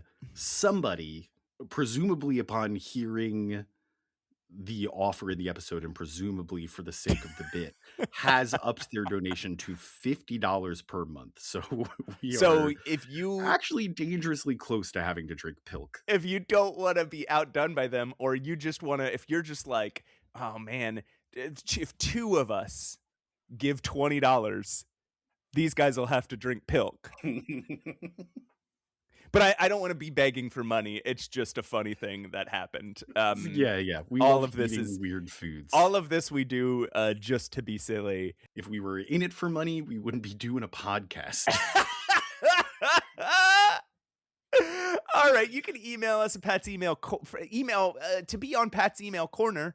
You can email us mutantmenacepod@gmail.com. I want to give a big fucking thanks to our good pals Krills Wilson for doing the music for the show, and to Julia Selly for the voice of Trish Tilby. Now, I think there's nothing else to say, Pat. No, Matt, we still got to say the thing we say at the end of every episode. Oh, I forgot. Even though we say it at the end of every episode, I forgot. always remember, I am not Skeeter McFerrin anymore. And as always, just remember, baby, I'll tumble for you.